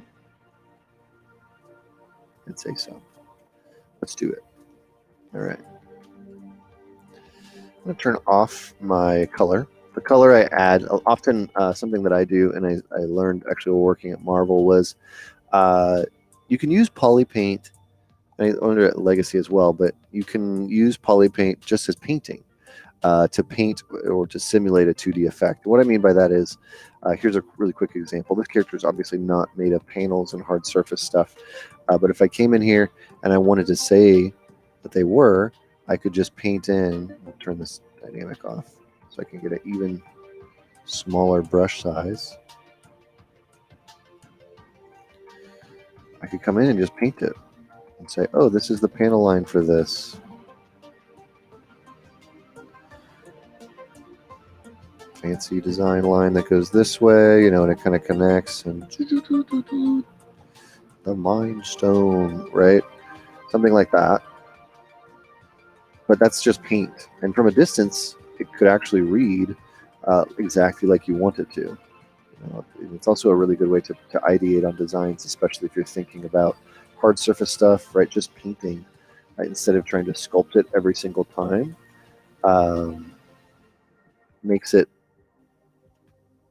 Pushes it a little bit further, and you're able to visualize what the final product will be without being a more destructive manner. So I can undo all that. And what I'm doing, the reason I'm saying that, it's like I've made this red and this yellow, and that when I turn it off, let's go back to white, it kind of deceives you a little bit. So I don't want to do that, and I want to just focus on the sculpture right now.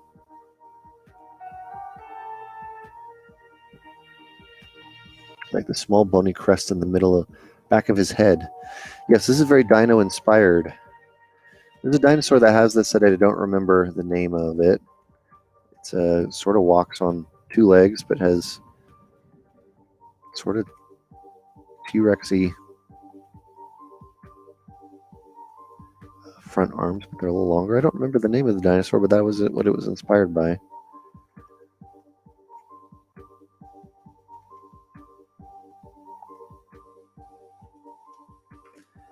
Legion is back. Legion is back. Yeah, exactly. Let's see. Lizard? Let's eyeball. I don't think I want a lizard. I think I want like a specific type of lizard. Monitor lizard. Looking right now at these images on Google. So looking at this type of structure, I love looking at this stuff because what you can see, we talked about planes last week as well, but look at the clear plane. I can't get in with this song right now. This bass jam is not doing it for me. The clear definition of a plane right here, of like where the eyelid itself is so defined, which is really, really cool. And you see this in a lot of lizards, especially. There's all kinds of, this is just monitors, but you'll sometimes see them be decorated in a really beautiful manner. And I don't know if I'm going to do scales or if this will be more like a, like a hairless cat kind of a vibe. But I think I like this type. Like, this is really cool. Like, look at this really amazing, beautiful crest around this. It's like some sort of I don't know what this is, angelfish. So I'm looking at stuff like this. How are the forms working on these characters? How deep are the folds? How many folds are there, right?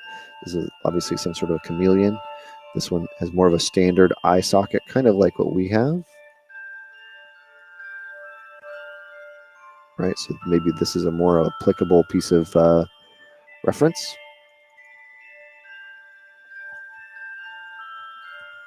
So I'm coming over here, looking up something that is similar to what I sculpted, and I'm going to use this as my reference point. All right. Not sure who you are yet, but I'm interested. Thanks, Nick. My name's Josh Herman. Welcome to the stream. Welcome to Gnomon Art Jam. I'm going to take this over here. I got my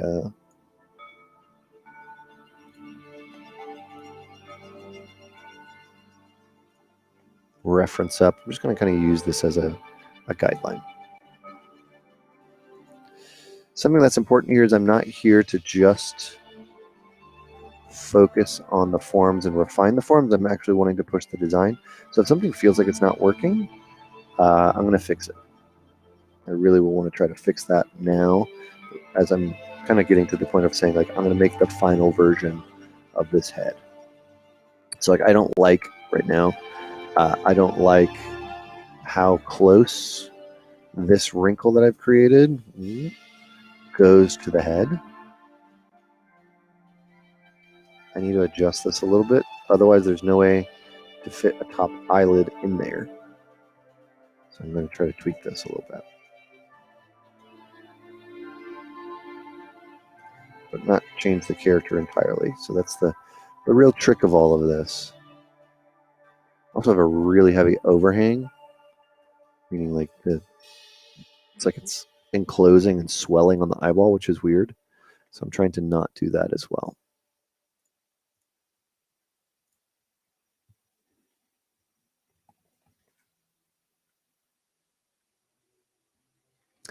And this part of the sculpting phase for me is problem solving. It's not especially the most creative part.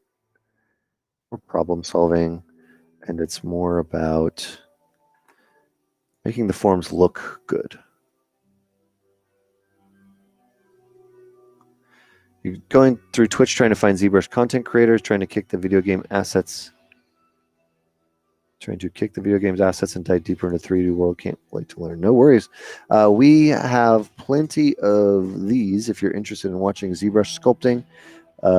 I do a lot of ZBrush sculpting. We do this every week on Wednesdays from 2 to 5 Pacific time. So everything that you'll see on screen today, whether it's this character, this is a pose of this character, the companion for this character, the villain for this character, or like the mount of this creature for this character, is all on our YouTube channel. We have some of our videos uploaded on Twitch, but if you go to Gnomon, youtube.com/Gnomon_school, I think you'll see probably 50 different videos that will show different characters and stuff being created. Mostly sculpting, not really getting to final assets. But feel free to dig around and binge content if you want. That's what it's there for. When I do this, I'm also here refining forms. We talked about forms again last week. What I'm going to do real quick is I'm just going to clear out those tools. I'm going to load this tool one more time, so you and I can see the before and after. This is before, and this is after. I'll get that have the same color on it, so we're looking at the same thing. And what I mean by defining forms is when I from a distance, the sketch works really, really well. When I get close, I say, what is going on in this eyelid area? Where is the actual eyelid, right? Especially if we compare it to, we'll put this over here, we'll get a little up angle on it, and we'll look at like this. Where is the actual up lid of the eyeball, right? Where is the eyelid going to be able to close? Where's the inside, or I think it's called the caruncula on a human, where the tear duct would be? Does it have a tear duct or not? Where's that going to collect, right? Because right now it's just kind of an amorphous shape. It's describing it, but it's not necessarily really communicating it down to like a pretty finite level of detail. Omar Aweda is in the chat. Hello, Omar. Hope you're doing well, man. So that's what we're doing here today, is try to clean that up.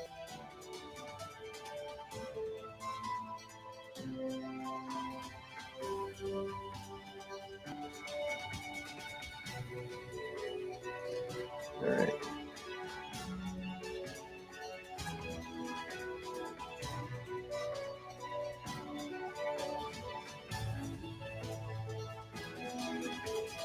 Hide this body, hide this underwear. The tongue there is actually being interesting to look at, so I'll keep it.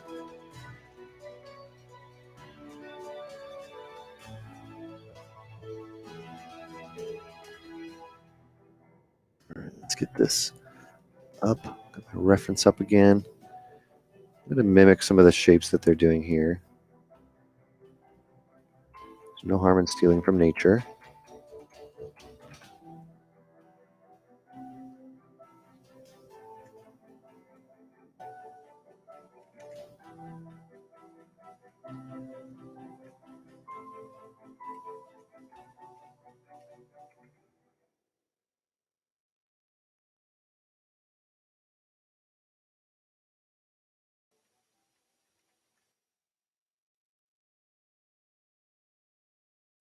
Until I'm working more specifically, because I get really quiet. So if y'all have any questions on anything, let me know. Just going to define some of these creases. So, especially in reptiles, a lot of these creases where these scales would be get very deep. That's kind of nice because it also gives you a clear definition of where something begins and ends.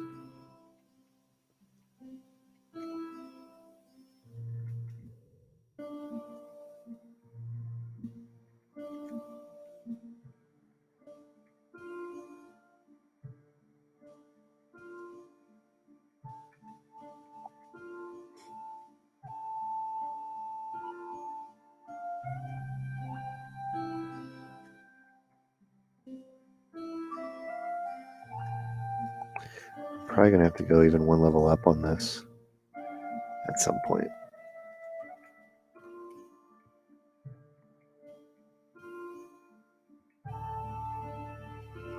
So I got to define right now. Again, this will be before and after. Let's see what we're looking at, but just finding this shape to be a little bit more refined.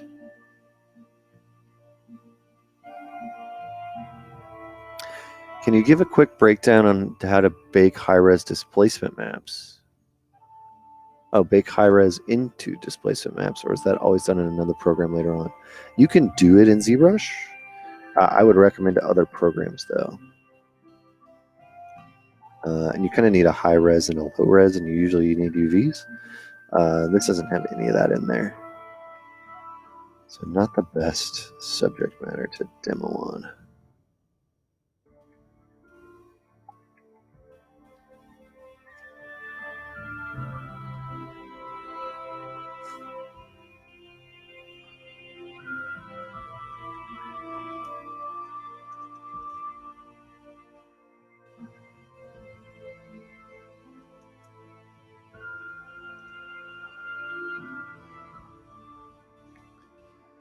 I want to play with just a little bit here is this shape.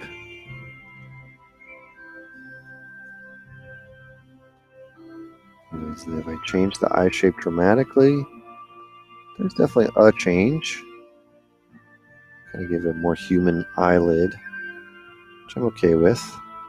Generally, I don't think it's changed it wildly, though. I might come in here and just pull this up or down a little bit. I was saying before I didn't like how that was kind of overlapping the previous shape. It is okay if the shapes overlap. That's actually not a problem. It's creating good form by overlapping them. But I don't want it to just be arbitrary. I don't mind just pulling it down or using my inflate brush here. It's a good way to just create that overlap. You have to be careful with the inflate brush because if you go too far with it, the meshes themselves will do this kind of a thing, like a Venn diagram, and you'll have weird pockets. And that can cause issues whenever you're baking normal maps, displacement maps, or if you're doing 3D printing, it basically creates a negative hole sometimes in the object, unless you dynamesh the whole object so it's like a skin. That can be fine.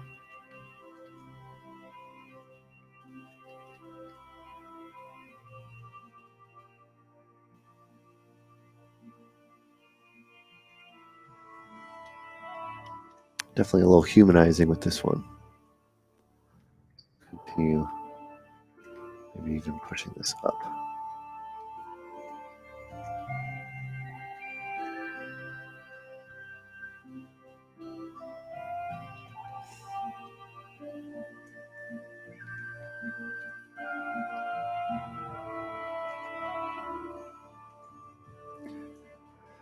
So the only way to UV this model you have is to manually go through and retop the model. The model is somewhat retopped. It's Z-remeshed already. So you'll see it has okay topology. I can UV master this right now and it'd be fine. It's just, that's not really the part of the process I'm in right now.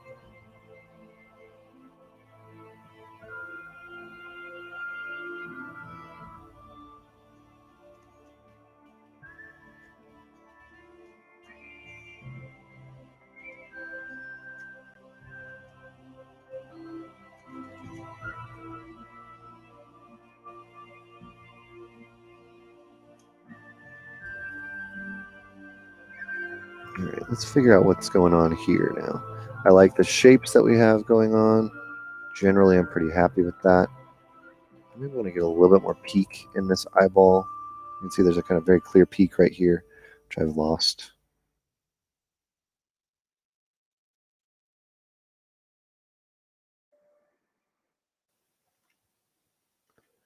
That might help a little bit. Hello, hello. Hello, hello, hello. Welcome to the stream.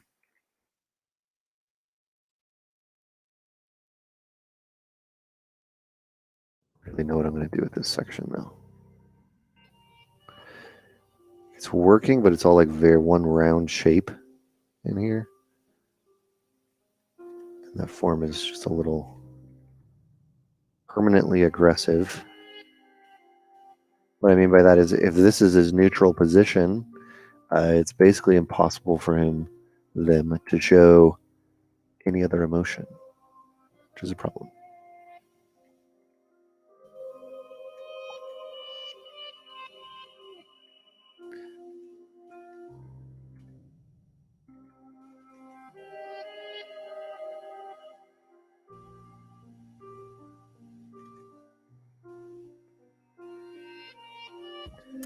Also going to kind of basically fill out some of these bits here.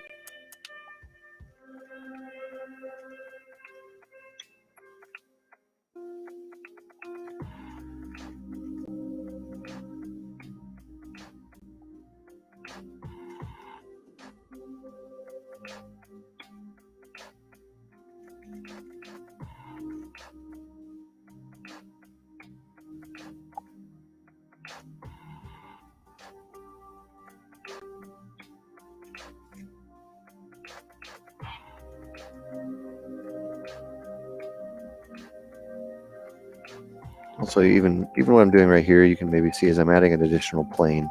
So this line right here was not really here before. And this is what I'll go and do over the whole character. So before was the shape at its highest resolution. And so you can see I'm basically defining that there is an arc there. I like what's going on there, but I want to adjust it, make it a little bit more clear, and make it just fit a little bit better.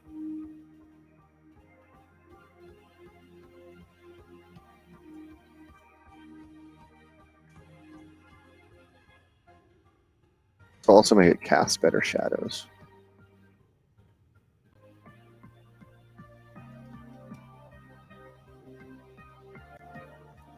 Alright, for the concept UV retopper question, so is Z-remisher not good for hard surface like boots, accessories, etc. that need to be retopo or poly modeled? However, Z-remisher were good for organics.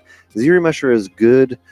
You know, I don't necessarily know what your goals of your project are, and that's really going to be the first question you're going to have to ask as far as what level of topology is good for you. I can tell you that if I'm doing something for a 3D print, topology doesn't matter in any way, shape, or form. Right? It doesn't matter if I Dynamesh the whole time. It doesn't matter if I UV or not. If I'm doing something for a game, right, then it's completely different. You know, if I'm doing something for a film, it's going to be completely different. So Z-remesher is good for creating base meshes that get you close enough to a final mesh if you don't really care about the topology. I would wager that any rigging artist who looked at a Z-remeshed mesh would cry out in fear and terror if you told them that was your final mesh for something to be that animated, right? Especially organic stuff. Z-remesher for something like a hard surface object is not going to hold your creases. It's not going to hold your edges. It's not really going to hold any of that.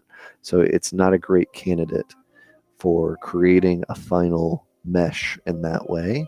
It's definitely not going to hold your silhouette, which is kind of the number one thing that you want, especially if you're making it for games. That guy looks cool. Thank you very much.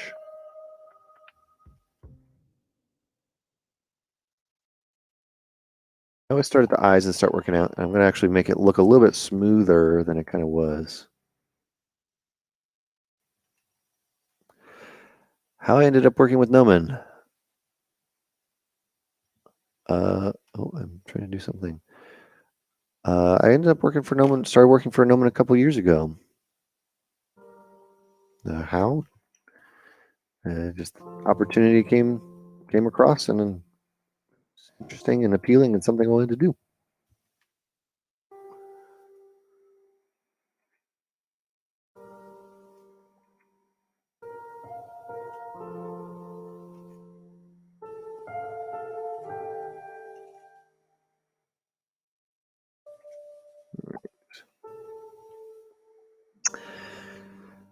It's from YouTube, Xenorth, Zinthork X X Inorth X. I don't actually know how to pronounce your name, but welcome back. Regarding topology, what are the key differences between game and movie requirements? The number one requirement is going to be poly count. I know there's a lot of talk about Unreal 5 and all the amazing amount of polygons you can have, but poly count and texture size are the big two things that will separate a real-time asset versus a film asset.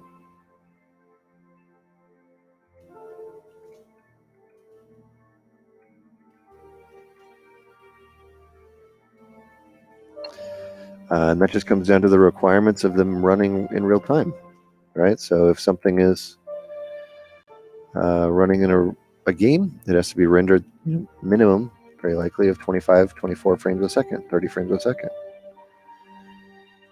Offline rendering, and something done for a film, TV show, etc., can render for hours at a time per frame.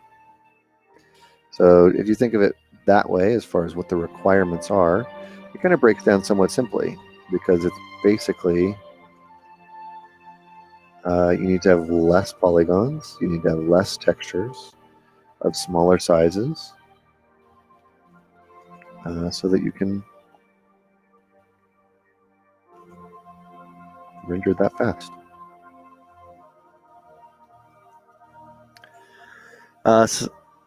So Soros from Twitch says, fairly new to ZBrush, at the corner of the eye, geometry is not enough to work with, right? So in that area, you would divide it more to get more geometry to work with. However, when you are building up parts like that, could you not just use Sculptress, work on all the problem zones, and then reproject it? Yeah, you could. There's a lot of ways to do this. Again, kind of going back to the question of topology, the reason that it's not enough in this area is because it's going the wrong direction.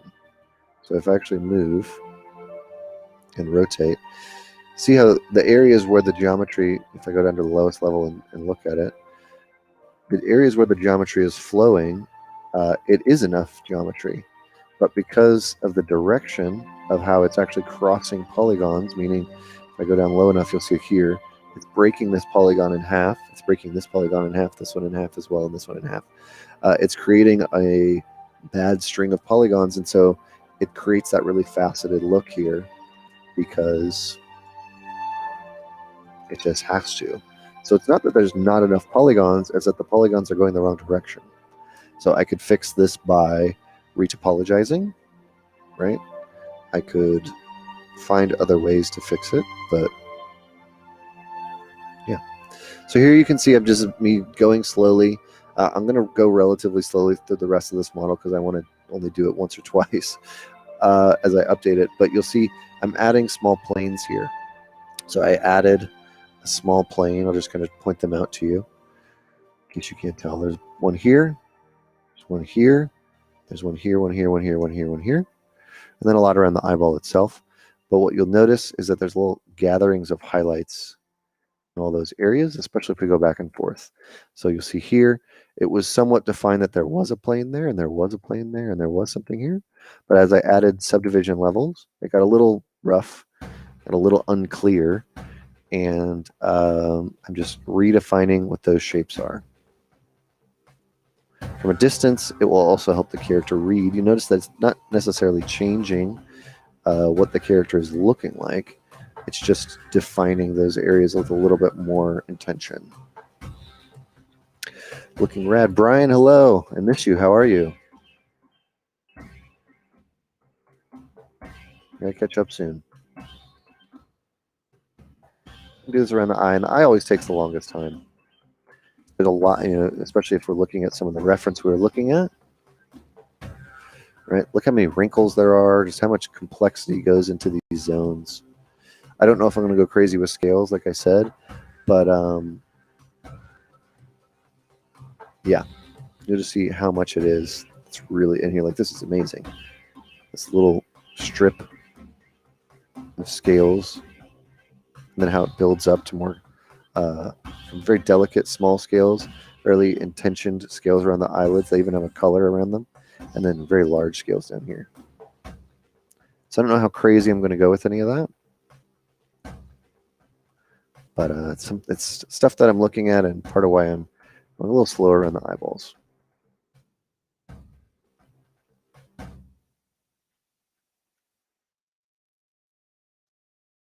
I guess to answer the question about the eyelid of, it's not enough for me to work with there. It's not, but I can also get it to where it's close and then, at the end reproject or add topology. Something that you shouldn't be afraid of as a modeler, as an artist, especially when you start getting into this, is being willing and able to adjust geometry, the flow of geometry or anything like that, because you will absolutely have to do it. You will have to do it in production at some point. Change a character, change a model, change something about it.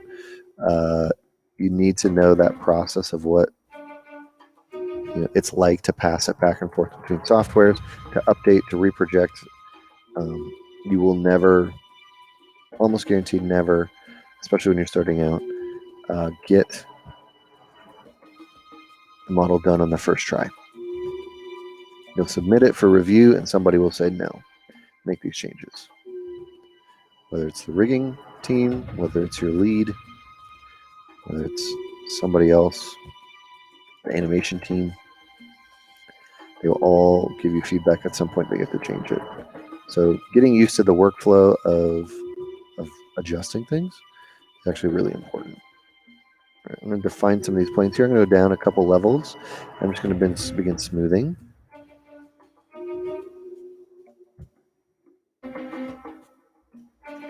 Smoothing at lower levels, especially lower levels like this, can create naturally very good planes. So if I smooth and I smooth and I smooth, doing it better at, you see that it creates a plane right in here.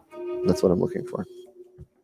So I'm doing that with the standard brush. I'm coming out with a standard brush and just doing very simple lines like this. Also trying to understand what exactly these shapes are. Are these muscles? Are they tendons? Do they really do anything, or are they just interesting shapes? Some of them are just interesting shapes, and I'm going to be okay with that. Some of them should be bone. If they are bone, they shouldn't be wobbling about so much. So I'm probably going to define that a little further.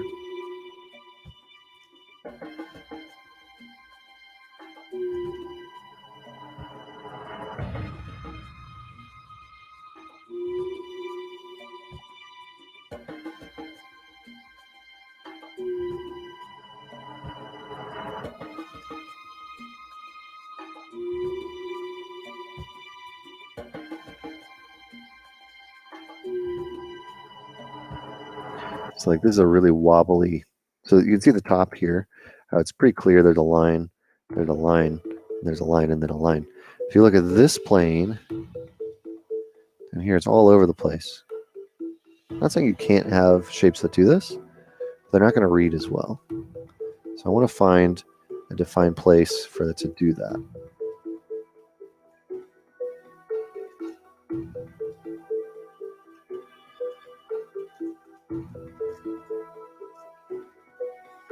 Add some structure to this.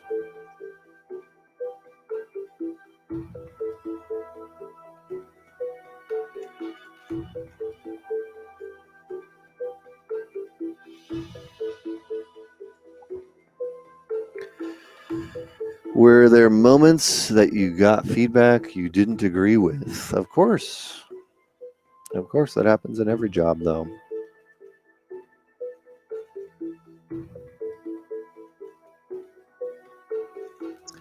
Sometimes where concepts were chosen that I didn't think were the right choice. Sometimes where I thought that something would work better one way versus another way. But being in any big project is a collaboration. And you need to be willing to and able to work in a way. Just making it look like a donut. Work in a way that the people downline from you can pick up and work with something.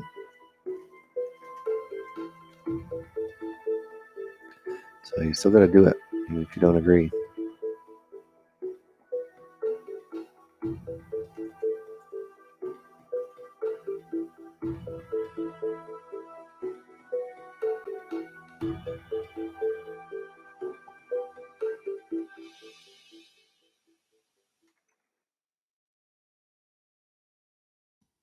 This is kind of where I was hoping to create some of those wrinkles, and I'm realizing that just the structure of how these wrinkles is actually set up doesn't really work. I put a bunch of little wrinkles here, and they can still live there.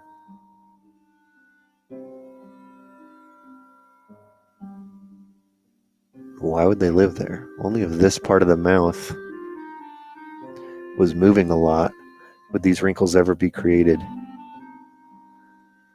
So it's possible that would happen. But if they were from movements within the eye, they would be being created here, not here. So even though I think these are appealing, they either need to be moved to be something like this, or they need to kind of be adjusted. At the end of the day, they kind of serve the same purpose.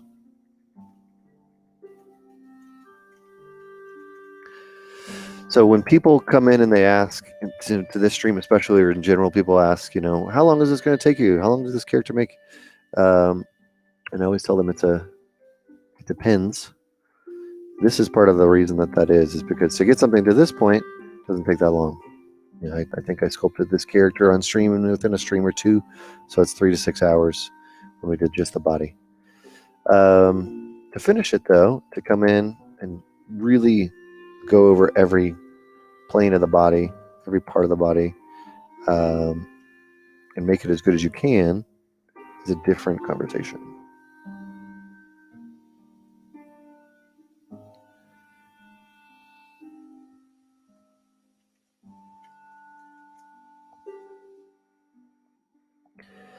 You said always be prepared for reviews/changes. Does that mean you have had to potentially recreate elements such as surface noise, alpha brushes? Basically, you recreate 10 steps back for one change. Yes, all the time. Hard surface models are a great example. Let's say you've spent I'll use painting to illustrate this, but let's say you have spent a long time on the surface and you have painted this beautiful, you have worked, and this is a poly model at this point. On this surface, you create these beautiful series of scales and really intricate patterns, whatever they are, right? And they go across the surface and they connect in these really beautiful ways, and the tolerances, everything looks wonderful. And they say, that looks really good. This is looking really nice. But we need the whole body to look like this.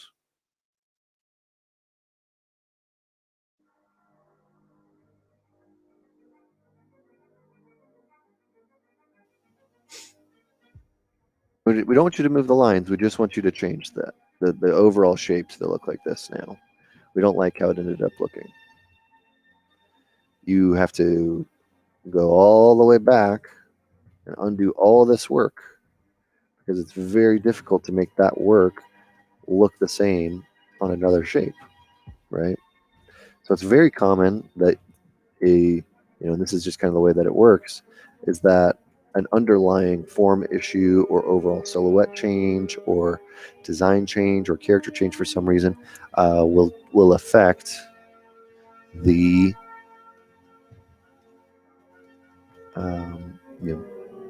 usually near the end, will affect how many stages back you have to go. So you have to be willing and able to create ways that change it, right?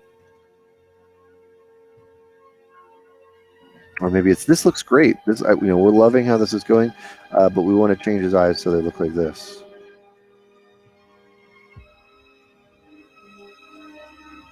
Keep everything else there, but just do that, and then give them, some big. We need to make them more human. You need to make some human eyes in there. It's like, oh, yeah. Everything else can stay the same. You just want the entire eyelid and all of the eye changed. Sure. Like, you can't just stretch this around, and you can try, right? But you're going to have to remodel, resculpt, retopologize, retexture that entire area. So just that's why I'm saying be prepared for changes, be prepared for reviews, and that's why I was also saying it doesn't really matter, when you retopologize, when you do all that kind of stuff, because at the end of the day, you're going to have to adjust to whatever the needs of the project are, and you might need to be able to go back several changes, several iterations to actually resolve certain issues.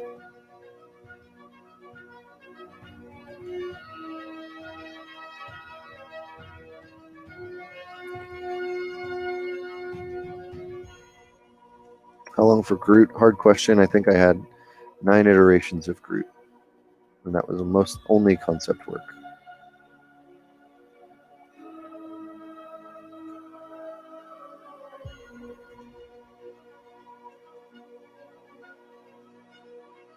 So that's probably 2 to 3 months of that character.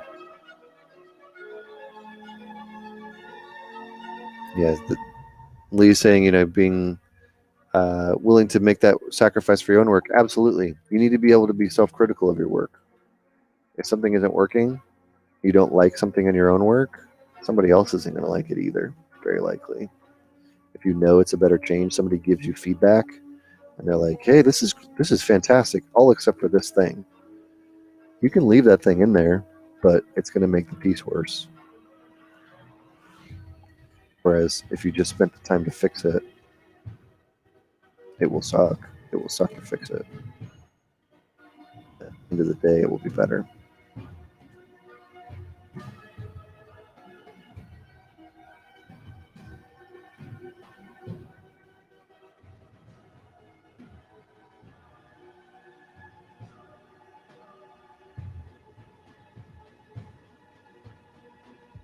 So I'm just changing the structure of these forms.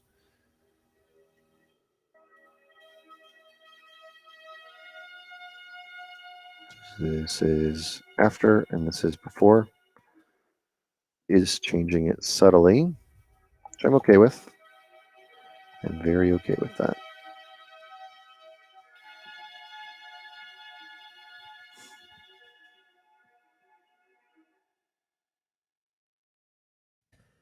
I haven't really gotten to poor level detail. We're getting to some tertiary details here, tertiary forms.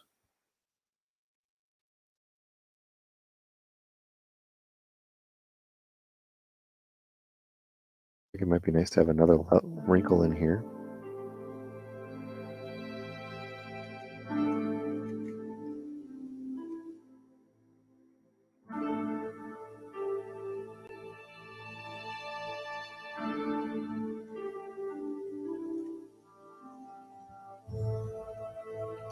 What am I sculpting? Is this what you're imagining? What the washes hot tubs 21st look like? It looks like seen some things I wasn't meant to see. We're sculpting an alien hero creature. I'm going to show everybody what we're working on since it's been a while. This is our character here. This is the coloring. Kind of like this gray version as well.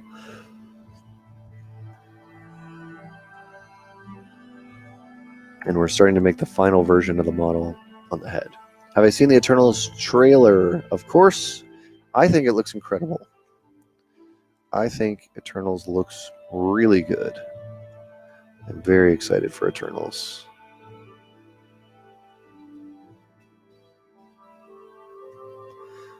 The cinematography is beautiful. I love that they're introducing the Eternals as an idea and concept. I like the cast. Big fan.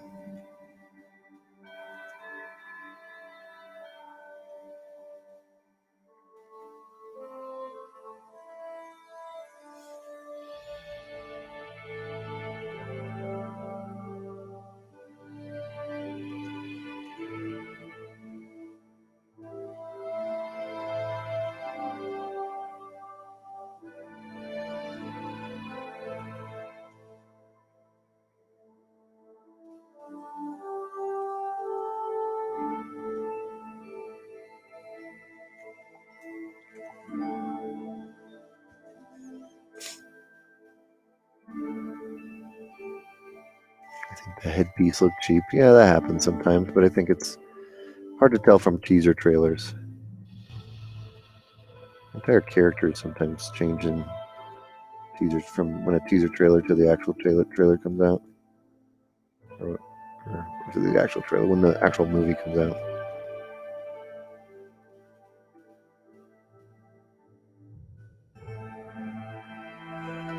And if your biggest complaint is that a headpiece looked cheap, I think that it means that the movie's probably going to be pretty good.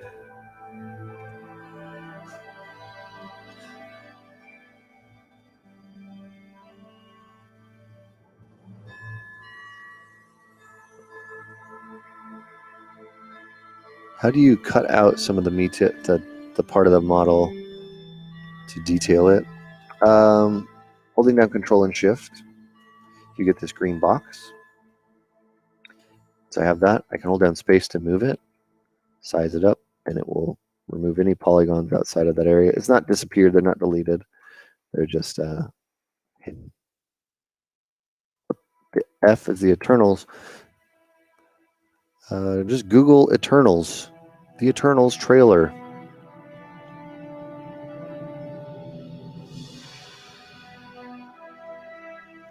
Following up on another thing you said, how do you criticize your own work before showing others? Difficult question, you know. Oh, not a bad question at all. The way that I do it is I take breaks.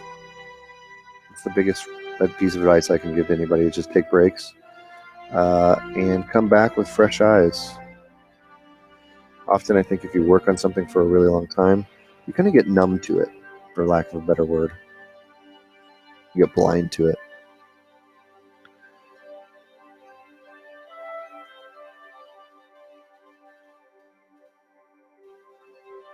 So what I'll do is I'll take the character. Let's say we're just working on this head. I'll go like this. I'm hitting Shift S to take a screenshot. And I'll leave it like this. Or maybe I'll export this as a document. I'll do a screenshot. I'll put it up. And I'll walk away. Maybe I'll put it into Photoshop if I want to get extra fancy.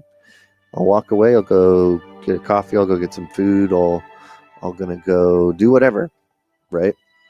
And as soon as I come back, I sit down. It's the first thing I see. I'm looking at it not as a structure, not to start sculpting right away. I'm going to sit down and I'm going to evaluate it.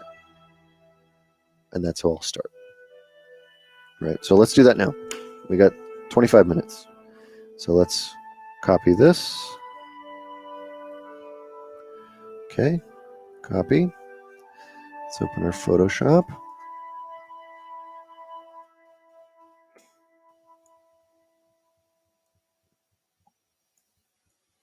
I haven't taken a break, but I'll take a break with you. We're coming over here.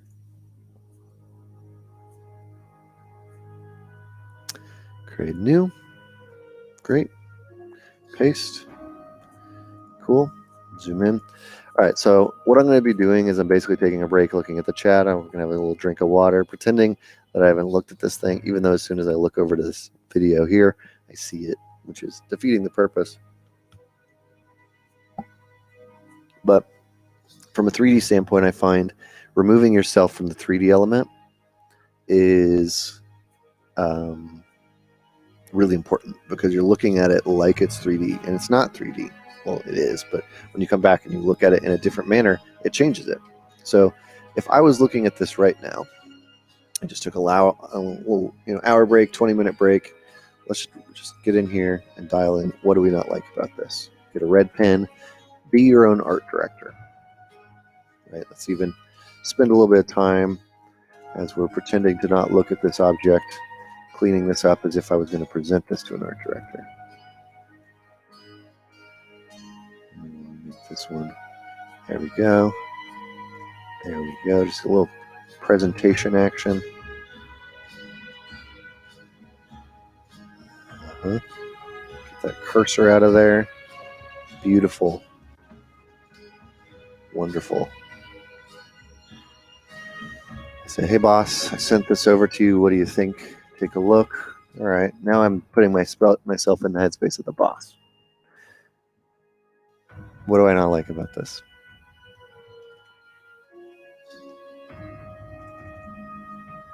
Let's make a smaller pen here. the boss. I'm going to come over and I'm going to say notes for Josh. Okay. I don't like this form here. Don't like how this form is very formless. It looks like an ear. Is it not an ear? From this angle, it's okay. But from this angle, it's just an additional, like, kind of lump. It doesn't really contribute too much. There's something going on here, so I want to focus on this area.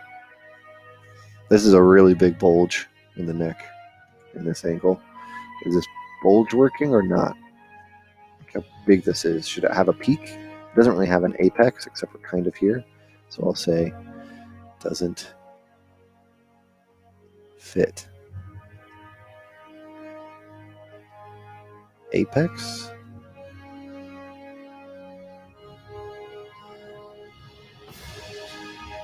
Teeth? Not really sure what's happening here in the mouth. Like, this is cool. This is working really well. This is a total unknown. I don't know what's going on here. I don't like the way that these lips in general, I'll undo those big squiggles. Maybe I can't. We'll just add that back. I do not want to liquefy. For some reason, I actually accidentally hit the liquefy hotkeys.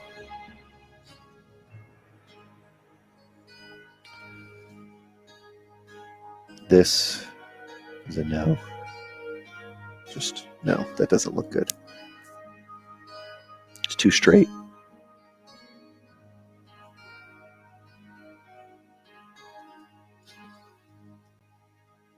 Too straight. This is okay. I kind of like this. Resolve. You know, again, think of when you're sending this to yourself, like you're sending it to your boss, and then pretend to be your boss. I guess you can't see everything I'm doing. Let me get out of this view. Resolve this. This doesn't fit. The ear, the apex isn't working. This line, no, too straight. There's something in here. Feels boring. There's not a lot of form changes in here. It's just like a solid straight line and a solid straight line.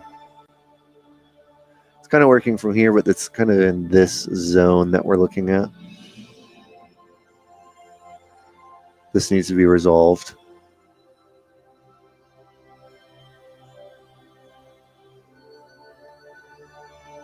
This needs to be defined.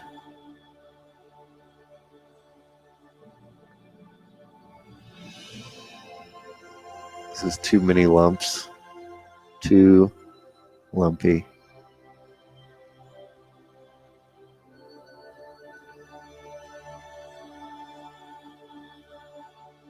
It's a good starting point. So kind of just taking a step back the first time you sit down and saying, what is it that needs to be improved on this?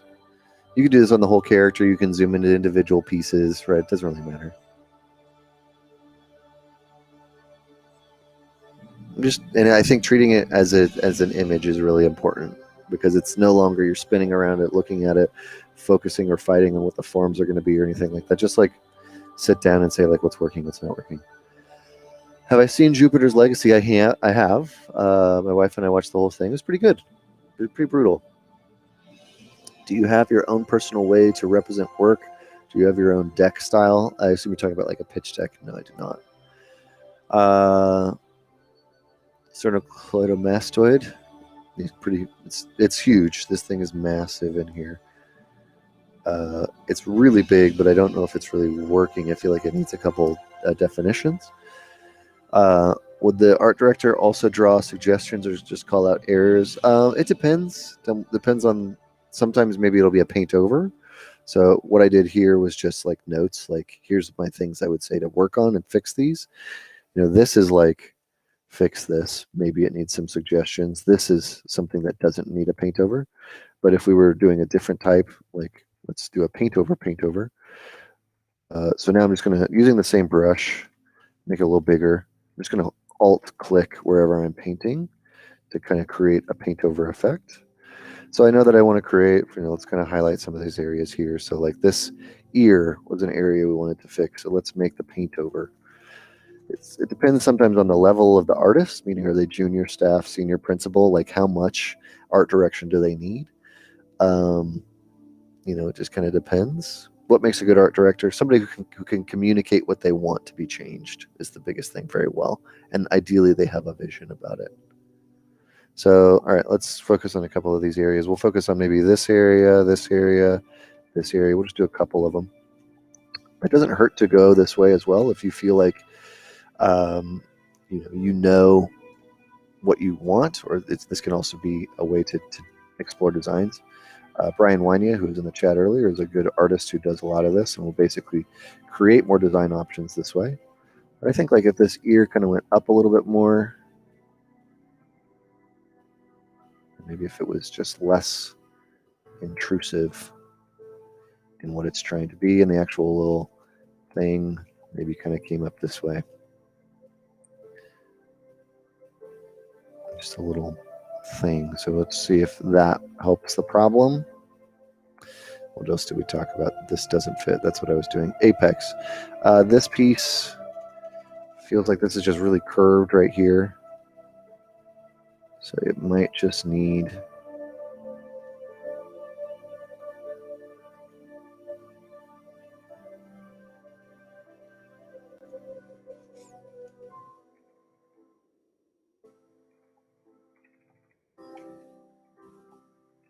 this is maybe not the ideal brush for road I'm using right here.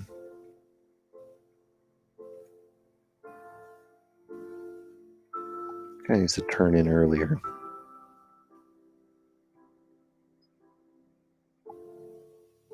So we're going to create the apex here. This resolve.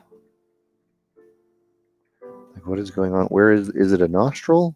Is it not a nostril? You already have a nostril. So what is this? Is it just a bunch of little holes? Let's make it a bunch of little holes. Let's give them a couple more. Maybe not in a perfect triangle. And like just kind of figure out what they are. This music right now, though.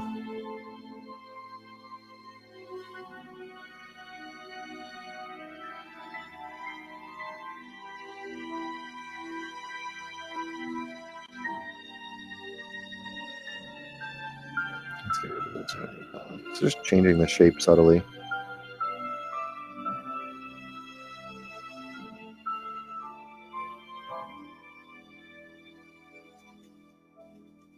Teeth? No. These are all kind of making the same comment here.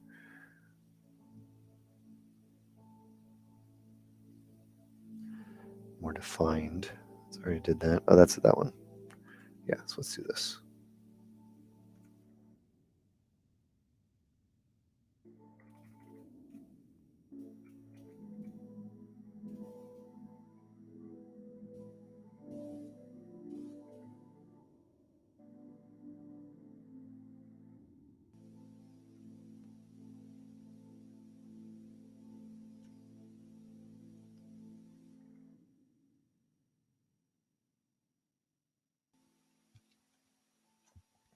These teeth need a lot of work, so it's like, is this going to be teeth? Also kind of come in here and do this kind of a thing.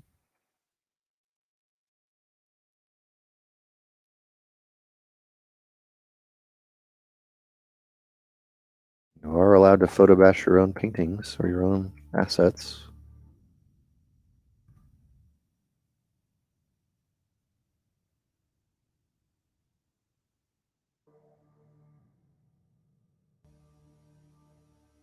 Where does this line go, I guess is a question.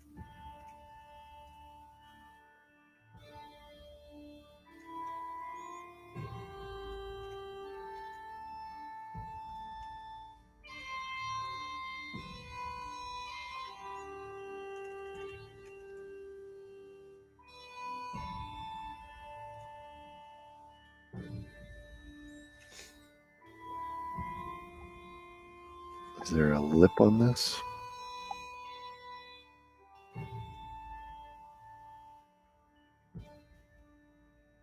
Makes it definitely more prehistoric looking, I think, but you can kind of get the sense of what I'm going for. So, as we're talking about like diagnosing and art directing, basically, you can go a bunch of different ways on it. So sometimes maybe an art director will provide paint overs and feedback like this, saying, change it this way. Sometimes this could be handed off to a concept artist. So maybe it's not the art director who's going to give you paint over and feedback, but they're going to give it to the concept artist who's working on it and saying, hey, can you work with so-and-so and get this figured out?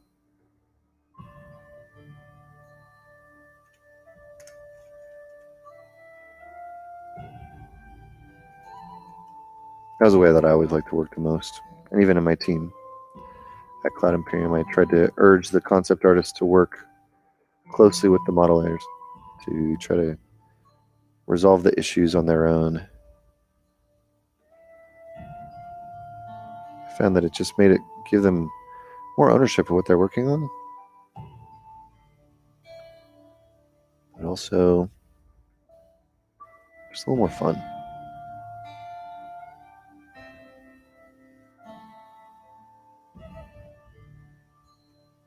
It's also great if you're going into doing the process I'm doing now, which is trying to basically finalize the final model, because you can come up here and be like, oh, and don't forget he's got a big scar. Like, you obviously he's not going to have a scar, but you could get into more details as far as what's going to happen and what the character is and who they are and all that stuff. You can get a little bit further. You can take it further. You can test out colors. You can do all different kinds of stuff.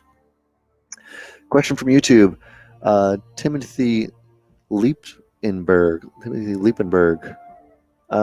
Do you always keep the topology in the back of your mind, or do you not worry about it until it needs to be retopologized? I don't worry about it until it needs to be retopologized.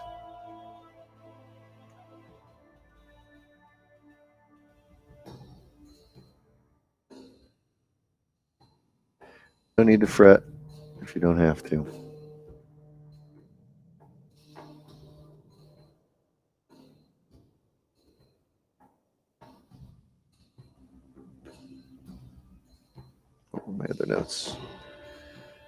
What were my other notes? Teeth. All right, so we did address the teeth issue, except I think I deleted my actual paint over, so let's undo quite a ways.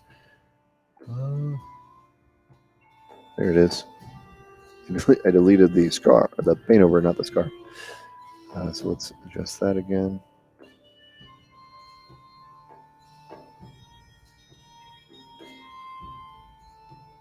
Make it a little clearer. We'll just assume that from the side view we'll use these teeth again. I think I turned them down a little bit, so we'll try that.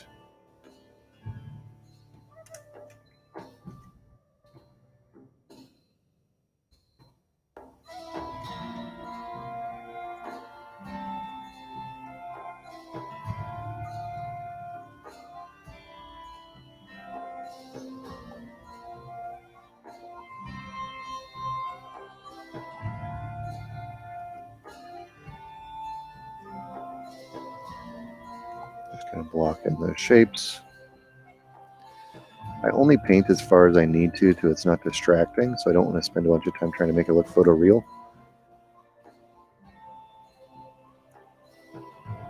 Maybe the crown a little longer, be more appealing. It's a good idea. Let's try it.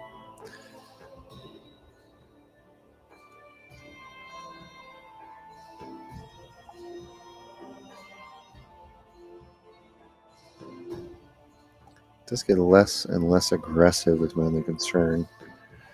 You can also go the opposite, obviously.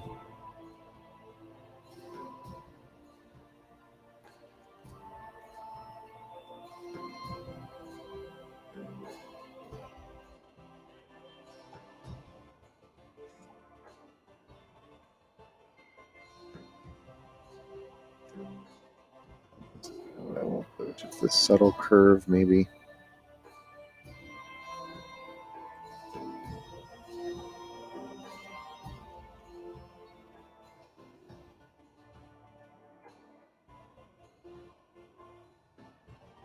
That will maybe address some of the issues I have here. Is Ghost my favorite movie for the whole pottery? No, Ghost is not my favorite movie. I love a Patrick Swayze movie, don't get me wrong. My favorite is definitely either a toss-up of Roadhouse, Point Break. But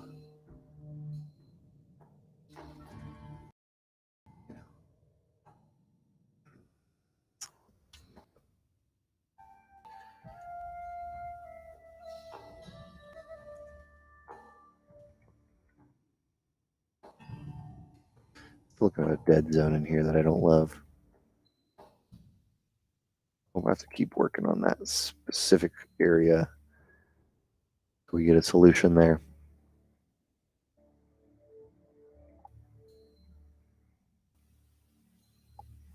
But that's more aggressive solution, at least what I have right now. So it's a good starting point. And then it was kind of this area, and I would probably just come in here like with a darkerish color and maybe propose that there's like a plane that kind of fills this out, maybe, or a couple planes that create some shapes within here.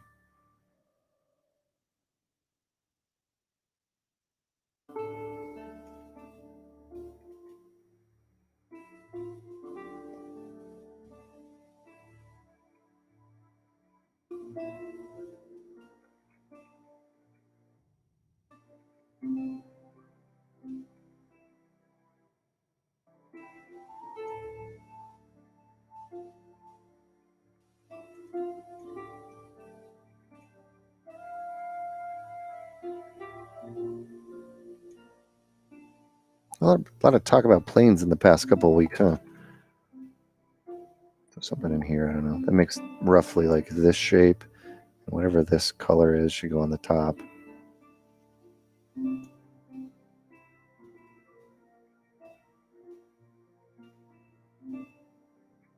Something like that is kind of what I would propose as a general graphic to say, like, let's improve this piece. And that's just coming from the notes that we did. So are these perfect solutions? No, but they're good starting points. So I can save these as I will.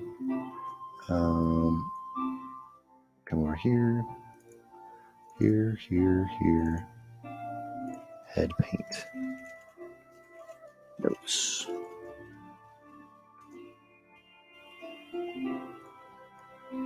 Save this as a JPEG, so I have it for later. Then I come back and I say, okay, pull open my notes. I didn't end up saving it as a JPEG, so let's just do that.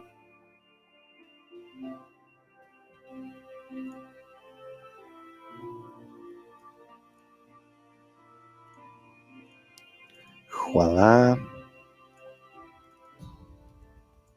There it is. So now I can have this. Close this, close this. All right. Now that I've got basically my art direction, I've got my feedback for myself, I can start working on that. So I can say, okay, what was I doing again? Oh yeah, I wanted to maybe address this area here. I want to address this area at some point. I'd like to resolve this. I'd like to change the teeth direction. I'd like to finalize this area.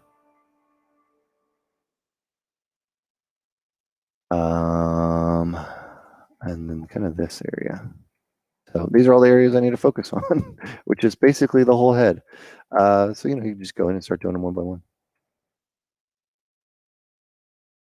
Find ways to fix it. So I want to pull this back, but do I need to pull the whole thing back or just portions of it back?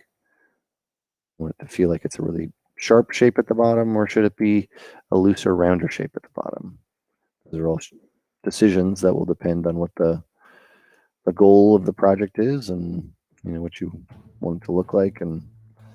But I just find it as a growing process, right? It's always going to be something where it's evolving over time, and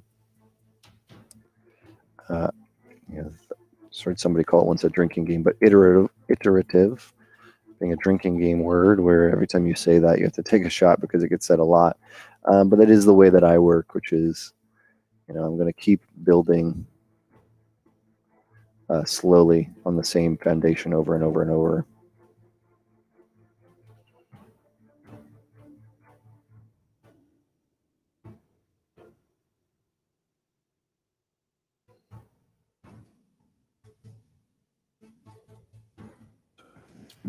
Sharper shape.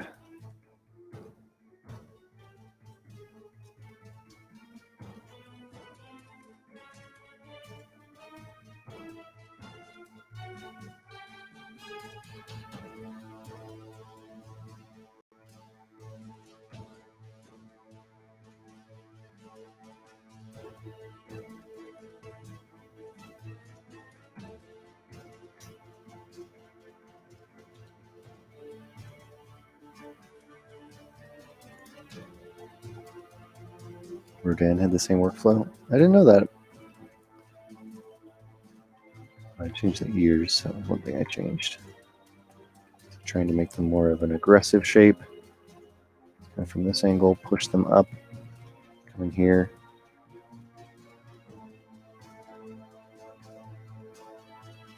Define this. Maybe bring this down a little bit. Let's mask this off. We can do the big changes really quick. We only have 2 minutes left, but to get the big changes done doesn't take too long. So I was proposing to myself to basically pull this down. And add some of those teeth in there at some point. And you'll probably have to change one of these forms in here because they got really kind of wobbly, and now it looks like a mistake right here. So this will probably have to go away. It's not necessarily a bad thing.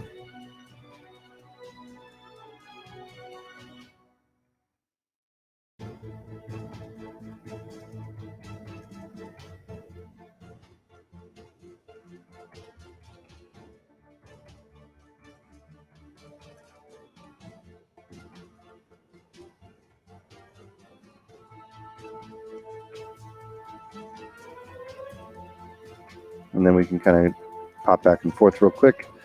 And this is why I love loading the older subtools, as you can pop back and forth between them. So sometimes I'll like something more from what I did before, right? Like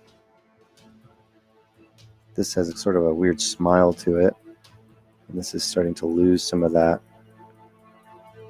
So maybe I don't like dropping it as far as I did. Maybe it needs to have a curve up at the end.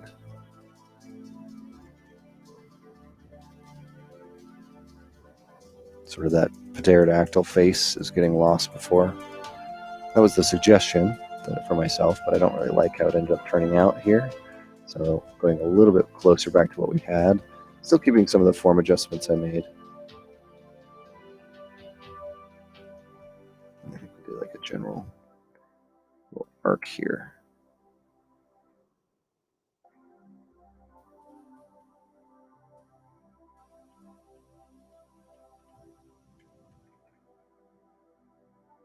So I'm going to keep working on this. I'll probably work on this next stream as well, trying to get this character more finalized.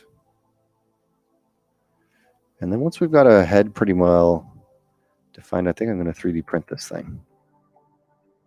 And we'll be done. Well, not done. That'll be the next step. All right, everybody. It is 5 o'clock. I'm going to save this. Make sure I'm saving the correct file. Show everything.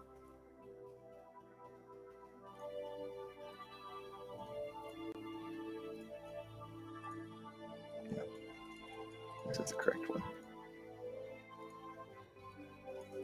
So you can see the differences. There's not a ton of difference, but the fidelity and the quality is getting there. So it's going to take a couple more hours of that type of work. It's less of a sketch. So save that. Put it here. Close all this stuff out. And that's going to be it for today. Thank you, everybody, for joining me today at the Art Jam. My name's Josh Herman again. We'll be doing this again next week from 2 to 5 p.m. Pacific. Tomorrow evening on our stream, we'll be doing a panel about working and learning virtually. So if you're interested in that, go ahead and check out our Twitch, YouTube, or Facebook channel. And we'll have that from 7:30 p.m. I think to 9 p.m. Pacific time. So check that out. Looks like there was a link that was just put in here. Let me go ahead and grab that up so you can kind of see what we're looking at here. Oh, I can't click on the link, but it's here for you to look at. There, it's in our chat. All right, everybody. Well, thank you so much again. Have a wonderful day, and I will see you here next week.